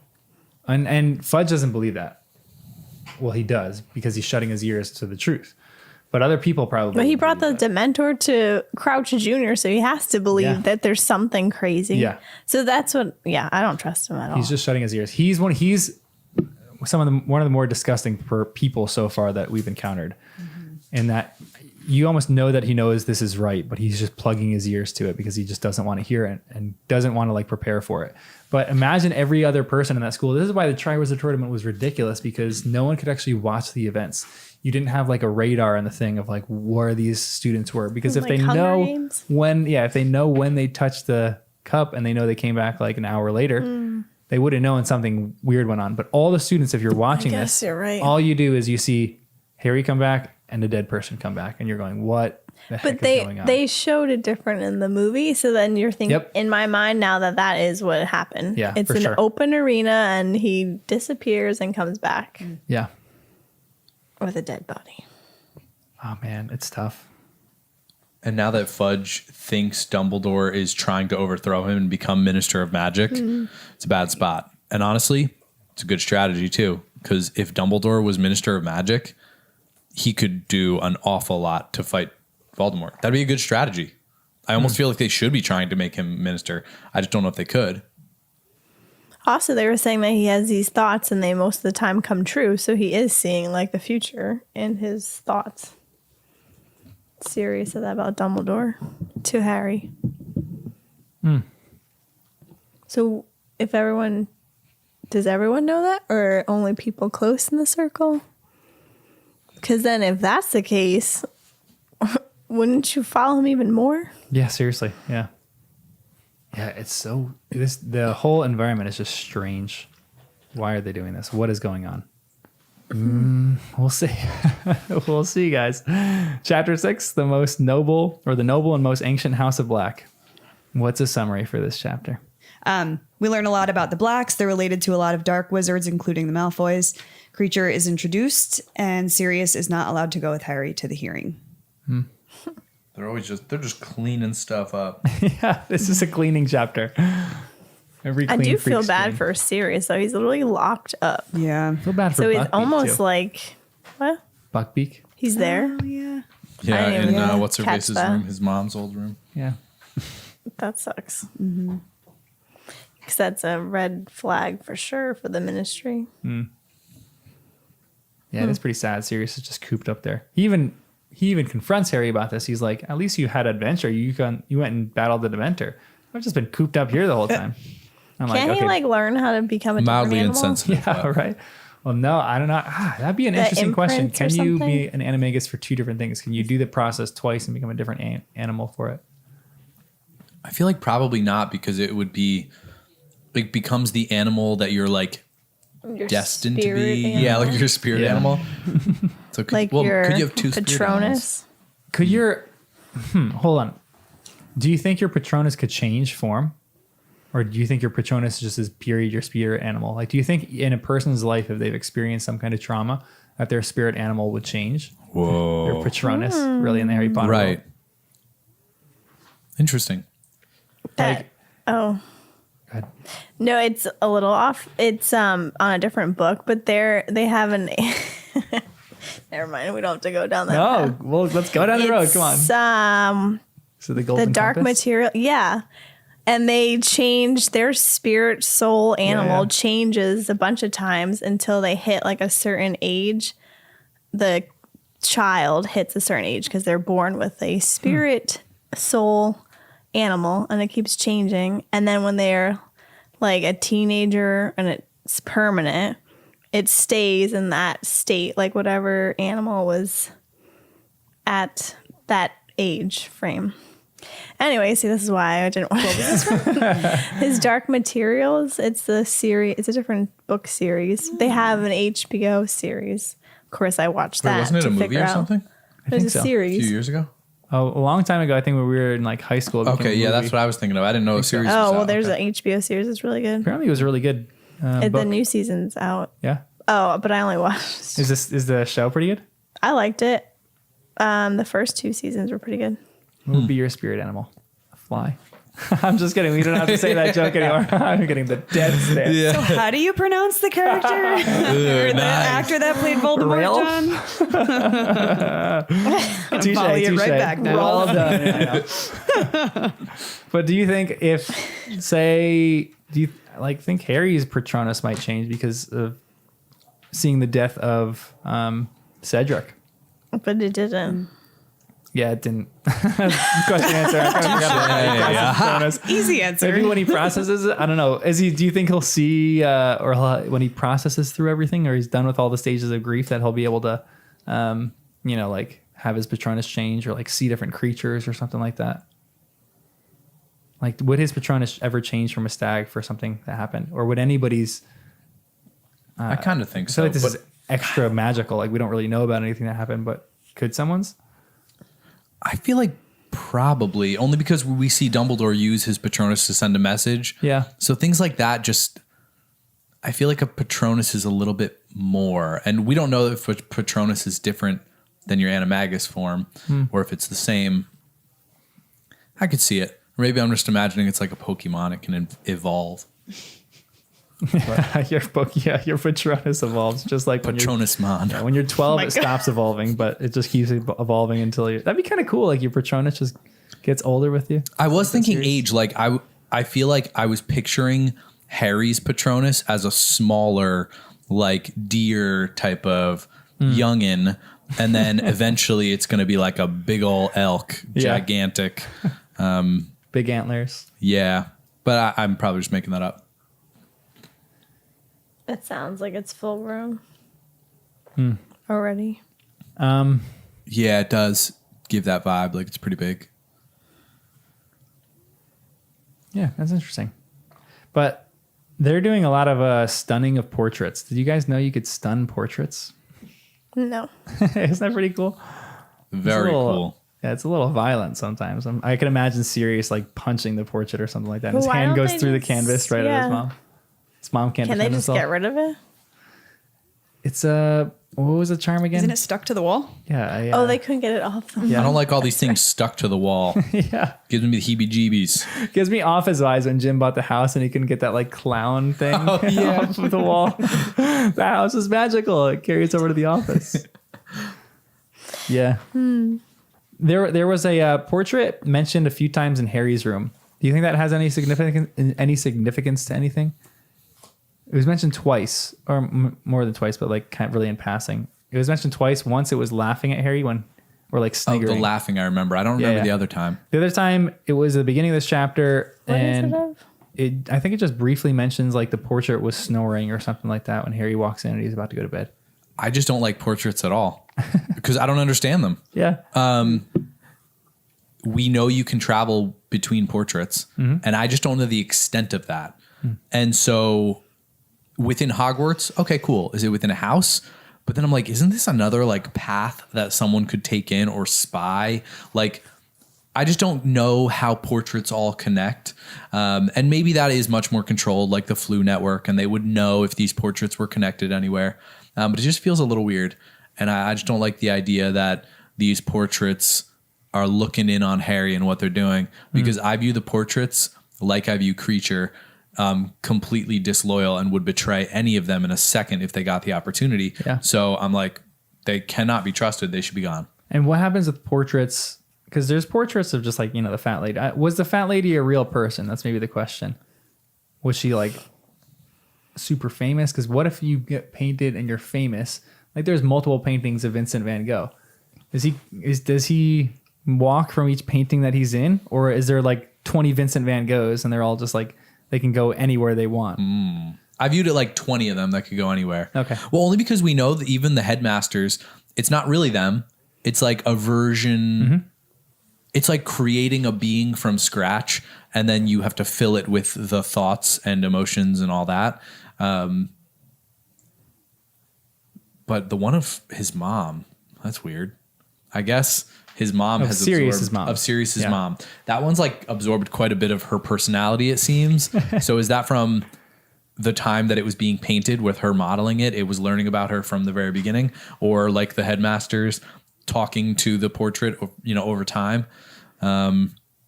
Could she be stuck? Couldn't you do a charm where you go into Where it, she's a actually in painting, there? and then She's never been that's- buried? You're stuck there. Could be. Maybe we'll find out more. I hate saying that so much, but maybe you don't. You we'll love it. find I know. out That's what I was more. saying. He like loves it. Saying. Maybe. All right. They're getting rid of doxies out of the curtains, and Mrs. Weasley scolds Fred for holding one. And Fred goes, "Righto," said Fred brightly, spraying the doxy quickly in the face that it fainted. But the moment Mrs. Weasley's back was turned, he pocketed it with a wink. "We want to experiment with doxy venom for our skiving snack boxes," George told Harry under his breath. 2 questions. What do you think of their business ventures? And what do you think of the ethics of experimenting on these little creatures with extracting their venom? Questionable at best. I feel like it's probably okay. He would try. You would say that. That's because he would want to do it, probably. No, I'm not down with the experimenting on critters. You'd be experimenting on yourself. Maybe. Yeah. But the thing is, these critters would be dead by Mrs. Weasley's hand, right? Isn't that what we're assuming? No. So Fred and George are just giving them a last purpose in life before their demise. I don't think they were going to die. Oh, you don't think so? They were just going to She was like stunning them to get rid send of them them. somewhere else, I guess. Maybe. I viewed it like they were more like bees being exterminated. Like a cockroach in your house. No, not even that. Like a scorpion in your house, because it can actually hurt you. So I'm thinking like, hey, it's cool. If I'm thinking of them like a mouse, mice are cute. Do I kill like half a dozen a year? Yes. Do I feel bad about it? Sometimes. But if you view it as something that could actually hurt you or your kids, again, Mrs. Weasley's in mama bear mode. She's killing these things. Yeah, So I mean, I'm if I like, see a spider, it's gone. Yeah, right. So again, it's like these are that Aren't these, worse, like, it fairy- seems. What are they? I don't know. Well, they had like sharp things and stinging things, and it made it sound like kind of bad if they you get have a you. picture of I was them? picturing them like yes. the evil pixies. fairies. That's what I. Yeah. Yeah. Pixies a little bit like that. like cute, Okay. but they're doxies, so they're Also, this Darker. is random. Backtracking a second. The charm for the thing on the wall is permanent sticking charm. The permanent sticking charm. That's great. classic. These are doxies. Ew. All right, they're creepy, but they're a little cuter than I thought and more human than I That's thought. what I'm saying. They're like Yeah. creatures. They're not like bugs, insects, Yeah. little rodents. I thought they were like bugs, though. You can see that on the stream. They I don't know if look- you're able to see that. But It's a little blurred, probably. I think in general, creature That's pretty rights are low in this world, Except for Hermione. spew. except for Hermione. But wait, was Hermione involved in this? Yeah. Because even Hermione was down with this. So That's true. she can be our moral compass. Oh my. But I mean, I feel like this is somewhat true. It depends on the size of doxies. Are they chipmunk size? Are they spider size? If they're spider size, you can squash them. But if they're cute, I don't know of a spider that's cute. I remember my dad told the story where he was hunting and he just shot like a squirrel when he was out hunting, just for fun or something like that. And his uncle at the time made him carry that squirrel around the entire day because he's like, you don't shoot anything and not use it. And the same thing happened. I remember I didn't happen exactly with me, but I had a slingshot when I was a kid, and you shoot animals and you never expect to hit one, or you think you're going to hit one, but you never actually hit one. I remember I had a little rock in there and I hit a chipmunk square in the face and it didn't die immediately. It was like convulsing and going around everywhere. And I was terrified. I remember that was like the saddest I've ever felt like killing. And I don't kill a lot of animals. I was like that. It was an experience like I've never had emotionally. And I remember I was like, I need to put this thing out of its misery. So I ended up just taking another one and I like kept missing. Crying. No. And then, I think I just dropped a rock on it. Put it back. Put it gosh. It was so sad. I was devastated. Yeah, but like the same thing with doxies. I'm like, do they? You did that? Oh. Jen's never going to do this podcast again. I'm done. But how big are doxies? Are they creatures of? Yeah, you're right. Intuition, not intuition. Are they creatures of mental assent? I don't know. Mental assent. I didn't know the word for it. I couldn't figure out what I was trying to say there. I like that wording. Yeah. Sentience. Yeah, are they sentient big? beings. Yeah. I didn't feel at all weird about them killing these things. I just assumed they were all like dead, but it also just felt like they were more threatening. Again, I viewed them more like poisonous spiders, scorpions, like things that if you don't take care of them will get worse and hurt you in the future. So I viewed it kind of like, you need to do this to solve whatever the problem is. And Fred and George experimenting, depends on what they're doing. Extracting a little venom, that's cool. In fact, that might even be more humane. Then they can let them go somewhere. I can't really picture Fred and George then killing them after doing that. And with spells, you might be able to do it nice and humanely. What do you think about their business ventures? Do you think their business is going to take off? What about skiving snack boxes? Their whole business thing is awesome. Yeah. I love it. But how can you make money off that? You're selling to kids. You know how much money Draco Malfoy has? You know how much money Harry Potter has? So true. He wouldn't be able to sell to his own family because Ron couldn't afford it, but kids got true. Money. Yeah. And like that's why all the entire other toy families industry have money. exists. You named two. That's true. I got two families right now. They will keep them in business. But we know that Hogsmeade has a joke shop. So these shops can exist. I think the Wizarding World But isn't is more Hogsmeade about also for the school? Maybe, but imagine if they got some of their stuff stocked in Hogsmeade. They don't need a whole thing, the whole store, but even just to start, a few items.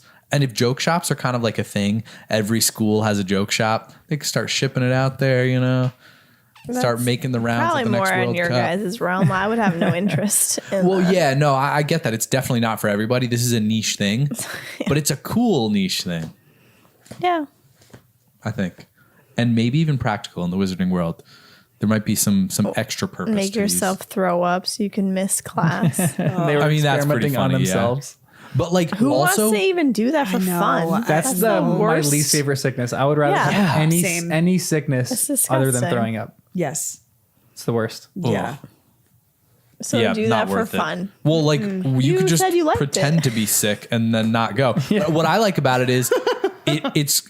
I was thinking more of pranking other people to make them sick and then make them better or That's whatever. even worse. It's over the line. Don't my get me wrong. gosh, But again, I'm not the Wizarding taking any World, candy nobody from seems you. to care about hurting people or breaking arms or anything. Here, have some pomegranate seeds. I feel like they're ready to be. What's her name, Madame Pomfrey? They're if they can do this, they're like right on the edge of healthcare. Yeah, honestly, yeah. They can create things that heal and instantaneously. That would be, yeah. They're the reverse Madame Pomfreys. Yeah, it's pretty interesting. So they're very smart. They're doing their thing. I like it. They would have Pomegranate won seeds. the goblet. They would have won the Triwizard Tournament easily. Agreed. Okay. But what do you think about You guys are just laughing at your own jokes here. Because they're funny. You don't have to laugh. I'll laugh for me. What do you guys think about Mundungus Fletcher? Is he really trying to make money, or does he have some other intent with these cauldrons? I don't know, but I like his nickname, Dung. Dung Yeah. Fletcher? Yeah, that is funny. Sorry. The cauldrons, that's what he brought in, and Mrs. Weasley was yelling at him, stolen stuff, whatever. Yeah, I viewed it as just money, but he might have another thing. From now on, we're going to call him Dung. You graduated to that. Just like we can call he who must not be named Voldemort, we can call Mundungus Dung. Dung. Yeah, I like him as a character, so I don't know what he's doing with it.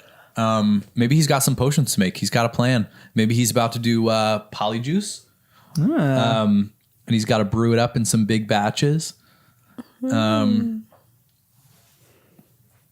Do you think he's capable to do that? Not necessarily, but Snape's come by a bunch of The way you times. said that was great. You're like, Oh, yeah. I don't think I would drink anything he made. Picturing him So trying to true. put them together. And Oh, that could he's be very messy. resourceful. Yes, resourceful, but maybe not the best at things. I could picture that. When they first introduced the house, I'm going back, I thought it was Snape's house. And that he had to get everything ready. Because remember, he's like, go. That That would be cool. I feel like this is a place that he would live in. Yeah. Yeah. Like full of dark, gross That's why he's things. so greasy. Yeah. I know. That's why I was Everything's like, dirty. oh, I know this. This is Snape's house. And he went to go set things up in the house, the charm. And then I'm like, is Sirius Black's family's house? Anyway. Like, this is a great fixer-upper. If this house was on Zillow, I would get it immediately. And if it was sold for like cheap, 100% I would get it. And I would fix it up, make it look beautiful. You know how many Yes. uppity families would want like a row house like this? Oh, You yeah. can't see it. You're a muggle. So get that out of your head. No, but it's the wizard Zillow. It's never going to happen. Yeah. The Whomping Zillow. Oh my gosh. You're nuts. That is so good. Oh my Laughing goodness. too. Yeah, Wes thought that was funny. He was getting Oh up. man. That was so Whomping Zillow. I'm going to talk about that all the time. I'm curious where Creature's been. He's not been around cleaning. No. He's up to no good. I don't trust him. But can he come and go as he pleases? Kenny, I mean, that's an I thought- interesting question. Well, Dobby was able to leave Malfoy's family. Oh, yeah, that's true. But I'm like, it's in the name. House Elf. He's stuck Yeah, in the but house. Dobby left. No, you're right. Yeah, Dobby did. And Winky left. So as that's long a as he little was with the concerning. master. Yeah. No, Dobby Wait, was Winky not. didn't leave. No, not leave, What do you mean but by Winky leave? was at the World Like Cup he and left stuff. the and like, house, went to But Harry's Winky house. was doing that. back. Yeah. So yeah, Winky was able to leave, but Winky was doing that under the under command of the instructions yeah. from the master. Winky yeah. or Dobby's an anomaly. Creature might be an anomaly like Dobby. Well, that I wouldn't trust. Yeah. Yeah. Absolutely not. Because he can come and go as he. Yeah, that's and where like we I learned in don't- this chapter, I think it doesn't even actually make sense yet because Sirius explains Creature is only going to listen to members of the family. And then he points out people that their names are burned out and says, oh yeah, Creature wouldn't listen to them. They're not members of the family. But Sirius's own name is also burned out. So I'm like, well, why is he listening to you then? So I'm just thinking there are people out there that Creature would be way more loyal to Yeah. than Sirius. So if it ever came down to a choice between members of the family, he would choose anyone else over Sirius. And he maybe- wants his head on one of those plaques. Ooh, So do it. yikes. And maybe he already received orders from another member of the family and he's just carrying them out slowly. Like, hey, wait, spy on these people, do this thing, whatever. So Creature has got to go. But he also hasn't had family in that house for like 10 years or something, they said, right? Supposedly. Yes. There's a chamber of secrets under this house. Oh, Oh. boy. No, I don't know. It's just like we don't know what he's been doing, but he hasn't been cleaning. Where does he sleep?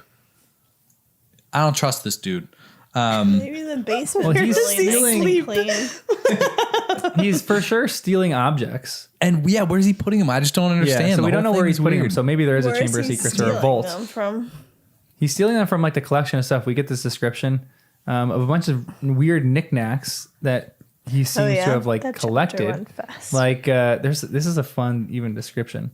They found an unpleasant looking silver instrument, something like a many-legged pair of tweezers, which scuttled up Harry's arm like a spider when he picked it up Ew. and attempted to puncture his skin. Sirius seized it and smashed it with a heavy book entitled Nature's Nobility, a Wizarding Genealogy. Harry, read this book. There was a musical box that emitted a faintly sinister tinkling tune when wound, and they all found themselves becoming curiously weak and sleepy until Ginny had the sense to slam the lid shut. Smart Ginny. She's getting points this couple chapters. I know. And then there's a heavy locket that none of them could open. Like, what creepy stuff is in that locket? And then a number of ancient seals. And in a dusty box, an Order of Merlin First Class that had been awarded to Sirius's grandfather for service to the ministry. This is the kind of stuff that Creature's trying to like collect and steal. And he actually did collect some things, like that ring. Yeah. And I'm like, that ring is, first of all, sounds pretty cool. I want Sirius to reclaim his name and like make it a name for good. But all this stuff seems really awesome. And with wizard stuff, it has power. This stuff means something. You can't just toss it. And certainly don't let Creature have it. I wonder if Creature could take it if it was still on display. But the fact that they're throwing it out means that Creature can take it without guilt. Yeah. Because then they're messing up by throwing this away and letting Creature grab it out of the trash. Yeah. So there's we get introduced to a lot of characters in this chapter. Like we get introduced to Regulus, Sirius, Kingsley, Tonks. Who else did we get introduced to? We hear a bunch of other names I can't even remember. Yeah, there's like a bunch of random names that we have. Hencia, I forget. Yeah. Mm-hmm. Yep. All of Sirius's family members. All of Sirius's family members. Bellatrix. Yep. Like we know more Mrs. about her Malfoy story now. now. Mrs. Yeah. Do you think? And I mean, we talked about this before, but where is there going to be a redemption arc for any of these characters, or on the opposite side, will there be a horror for some of these characters? Is Percy really going to go to the dark side? Are the Weasleys going to be fighting against Percy?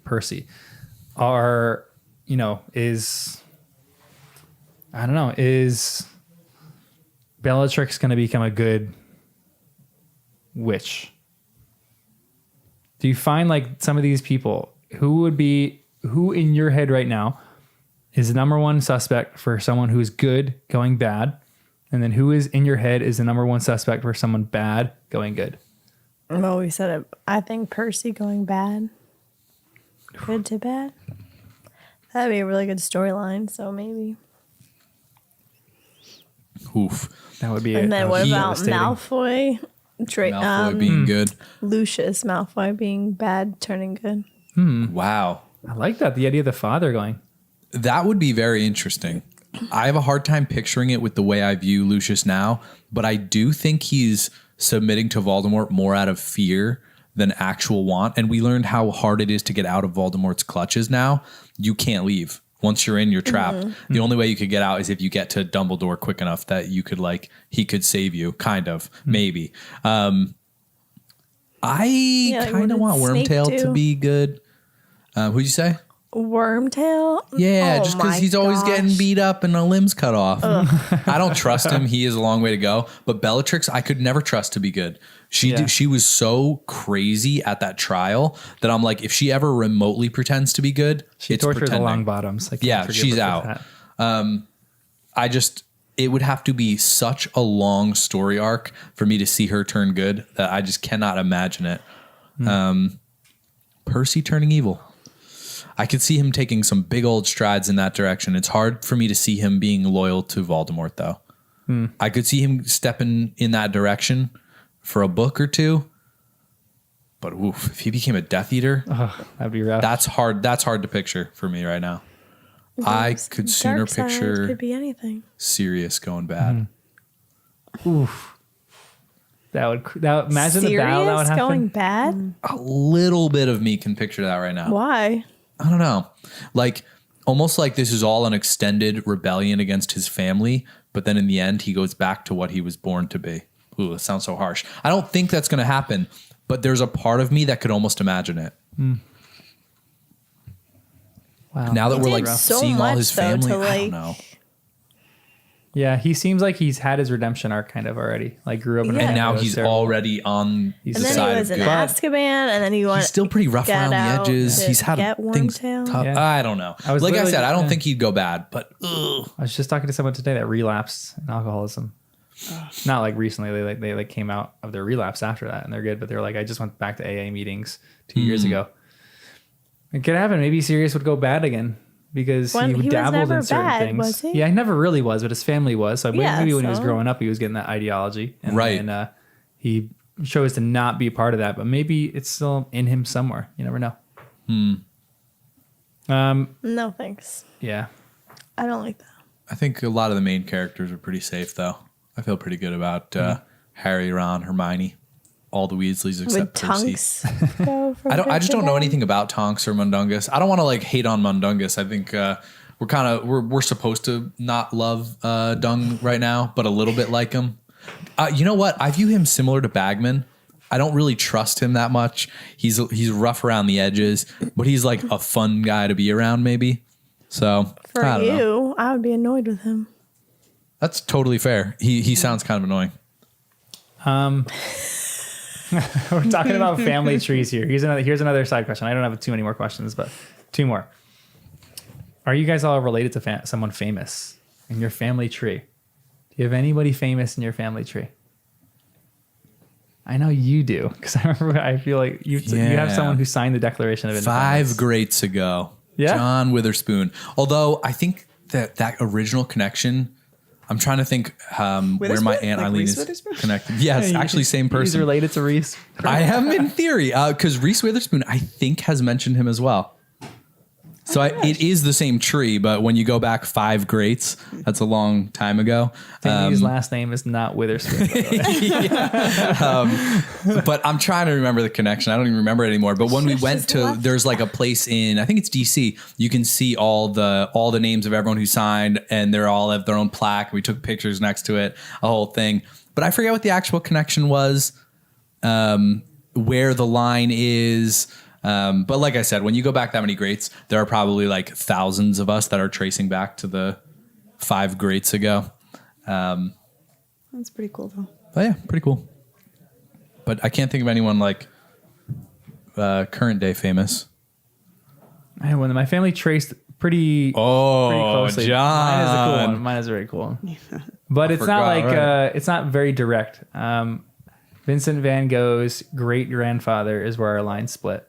So I remember looking at our family tree and seeing there's a Vincent. His great grandfather is called Vincent van Gogh. I remember looking at that when I was a kid, the family tree, and being like, wait, we're related to Vincent van Gogh. So I used to tell everyone like, oh, we're directly related to Vincent van Gogh. And I finally looked at it, and I looked at a genealogy of Vincent van Gogh's direct family line, and ours matched up exactly for where it broke with the grandfather. And so his great grandfather broke off, and we came from like the sister of that side or something strange. So you're like wow. some amount On of your great grandfather Yeah, was yeah, yeah. his cousin. It's like 5 times removed, or I don't know how you Yeah, calculate because of any how that it kind of stuff. split. Yeah. Right. Okay. So and Piet Mondrian, who is like Cubism, an artist, a Dutch artist for Cubism. We're kind of related to him too. We're related to a lot Art. of Dutch artists. Interesting. Yeah, That's really that's all I got though. better than me. I don't That's- think I have anything. Wait, have you guys ever done like Ancestry or any of those? Try and Yeah, trace come it on. back. It is fascinating because you'll find cool things quicker than you thought. Yeah, seriously, yeah. And it works like because if another person in your family has already done a family tree, if you accidentally hit their tree, it unlocks the whole tree. And then you're like, oh, whoa, someone already did all this legwork for me. And then you can like see all the stuff that they already like trace your line. And with generations, it really does not take much before you have a reach of like 1,000 people. Yeah. And then there's a lot of famous people and when you're branching out like that. So that's cool. Yeah, it is pretty cool. What do you just think of everything that's happening in these chapters? Like, is there anything else that you saw that you wanted to comment on? What do you think about all of their cleaning stuff? General impressions of this chapter. I feel like they're missing things, maybe just Harry in particular, but I'm like, they're rushing through this. Maybe it's because this is how I am in actual real life. When people are throwing things away, I'm like, no, it has value. Don't throw that away. I'll sell it on Etsy. I hate seeing them throw these things away that I'm like, they have value or power or something. And it just feels a little strange. In particular, I took note of the blood in a thing. There is a container of blood, and Harry's blood was powerful enough to be one of 3 ingredients that brought the Dark Lord back. Blood matters. What is in this blood? Whose blood is this, and what is it? Like, I'm just like, I'm getting rid of that quick. it's weird. That one's definitely a weird one. But like, these are things that I'm just thinking they should be finding out more about. They should be asking creature questions. They should be doing spells and experiments. And I mean, no offense to like the kids, but not them. Yeah. I'm saying Moody should be up here, like looking at these along with Sirius. But maybe they have more important things to do, whatever. But I think just some of that just felt a little funny. Yeah. And the family tree, I just want Harry to do more digging to figure out more about Voldemort's past and his own. I want him to learn more about families so I can. I know. We want to know more about. Because we're still pretty in the dark. Yeah. At some point, I would like to know what a blood trader is. Because that's just weird that the Weasleys are blood traders. Blood traders are people who are pure bloods who associate with mudbloods. So just associating. Jonathan. Muggleborns. Ah, yes. I'm sorry, everyone. It's as simple as that. Not even actual marriage, but just associate with. Yeah, it's pretty much association. Oh my goodness. These people are picky. I know, right? Because no one in the Weasley family has married a Muggleborn yet. Which is kind of not cool, Weasleys. I know, right? Get with the program. I know. They really need to. So we'll find out more about this as we go on. I'm sure of it. We'll find out. But I hope so. what is what favorite character in these chapters, as well as favorite moment in these 3 chapters? Who wins the House Cup? I have a few. I like Tonks. I like Mrs. Weasley and Sirius. Yeah. Tonks with the sitting at the table changing her nose, like for comic relief. I thought that was funny. That was And, one of my like, favorite good. moments. Yeah. And Because they're like stuck in a house and it's like, Yeah. yeah. She's perceived as a clumsy person, and she is, but I feel like she's doing this very consciously. Like, everyone needs a little bit of levity. So Fred and George are brilliant. People need a little bit of comedic. So good. oh yeah, sorry, them Elements in too. this. So good. But Tonks does it really well because she doesn't need any of the stuff that they need. She's just doing it by shifting her appearance, which is really cool. So crazy. Yeah, but my favorite moment was that whole scene at the table. I just pictured like that fun chaos, Yeah. you know, Dung telling his stories and cracking them up, and then Tonks is shifting her nose. And then Danny's over there. I'm just too worried about who's going to die. Don't stand up first. Don't do it. Harry, stay seated. Hermione, stay seated. differently. I'm like, I love this moment. I'm like, Like, Mrs. I'm gonna Weasley, go get something from upstairs. Right. And Danny's like, no. Let's all stand up at the same time, guys. They can't get all of us. Oh man. Oh, man, what was the favorite moment? I think for me, I think Tonks wins in this chapter. I don't know why, but I just love her period. I just love her like attitude in this chapter. She just brings a lot of levity. No. Classic Kristen. Period, as in Kristen. Come on. I was partially listening. I'm sorry. I think Wait, is that the character that illustrated? Or we haven't gotten there. Yeah, yet? we've gotten Tonks illustrated. Yeah, that was No, the one I no, showed you. Keira Knightley. Oh. Yeah, the one that looked like Keira Knightley. No, I meant like Wait, did there I see was this? in the last book. yes. A viewer, someone said that. Oh, have they seen? We haven't hit that yet. There is Mundungus Fletcher in this that I'll show you guys. Oh yeah, I want to see him. I thought it was maybe her. I don't know why. Not that it was brought up before. It's a cool picture of Mundungus. I don't know if you can see it in the glare. He's got a little more weight than I thought. Yeah. The pipe though, I like it. Yeah, he does. Yeah. Danny, you have a favorite character? House Cup? I think for me, I was leaning towards Fred or George. I'm thinking probably Fred. No real reason in particular, but I feel like he had you the tell them opening apart? line a couple times. And then, or Sirius. I feel like Sirius was really fighting for Harry. he was understanding Harry's emotions in ways that a lot of other people here weren't. Ron and Hermione were, but they were like, they didn't have the power to do much about it. Yeah. So Sirius, he really did like change the vibes. If Sirius didn't stand up for Harry there and tell him what was going on, Harry would have been in the dark for longer. And Ron, Hermione, Fred, George, and Ginny all would have been in the dark for longer. Mm-hmm. So Sirius, I think, really changed the tone of the chapters. And lifted the moods of all the kids, really. So yeah, I'll give it to Sirius. And that conversation with Sirius probably was the highlight.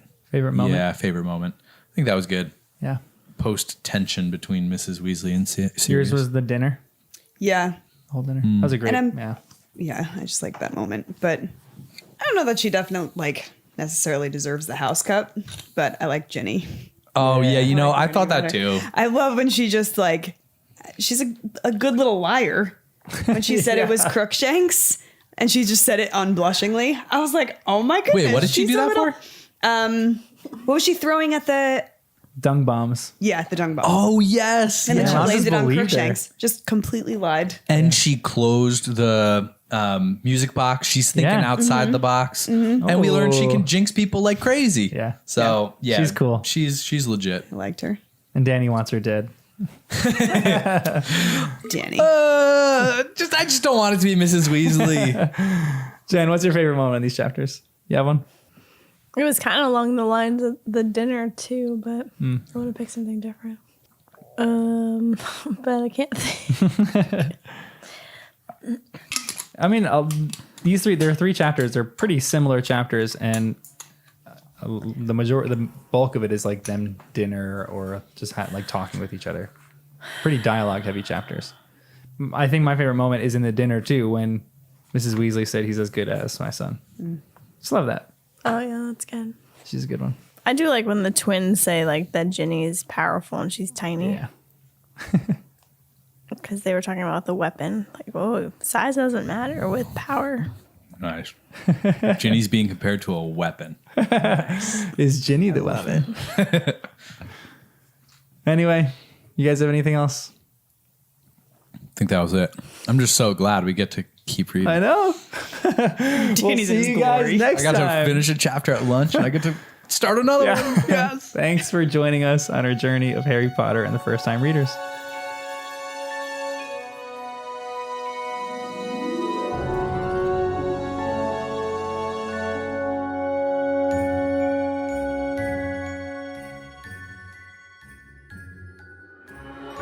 Thanks, guys. Yeah, thanks for watching, guys. It's so much fun when we get people watching. We have like our dedicated Such good watchers stuff. They're constantly giving us the gems. Yeah, it is the height of my life. For when people comment on stream and it's like we get to talk about what you guys say. I love it so much.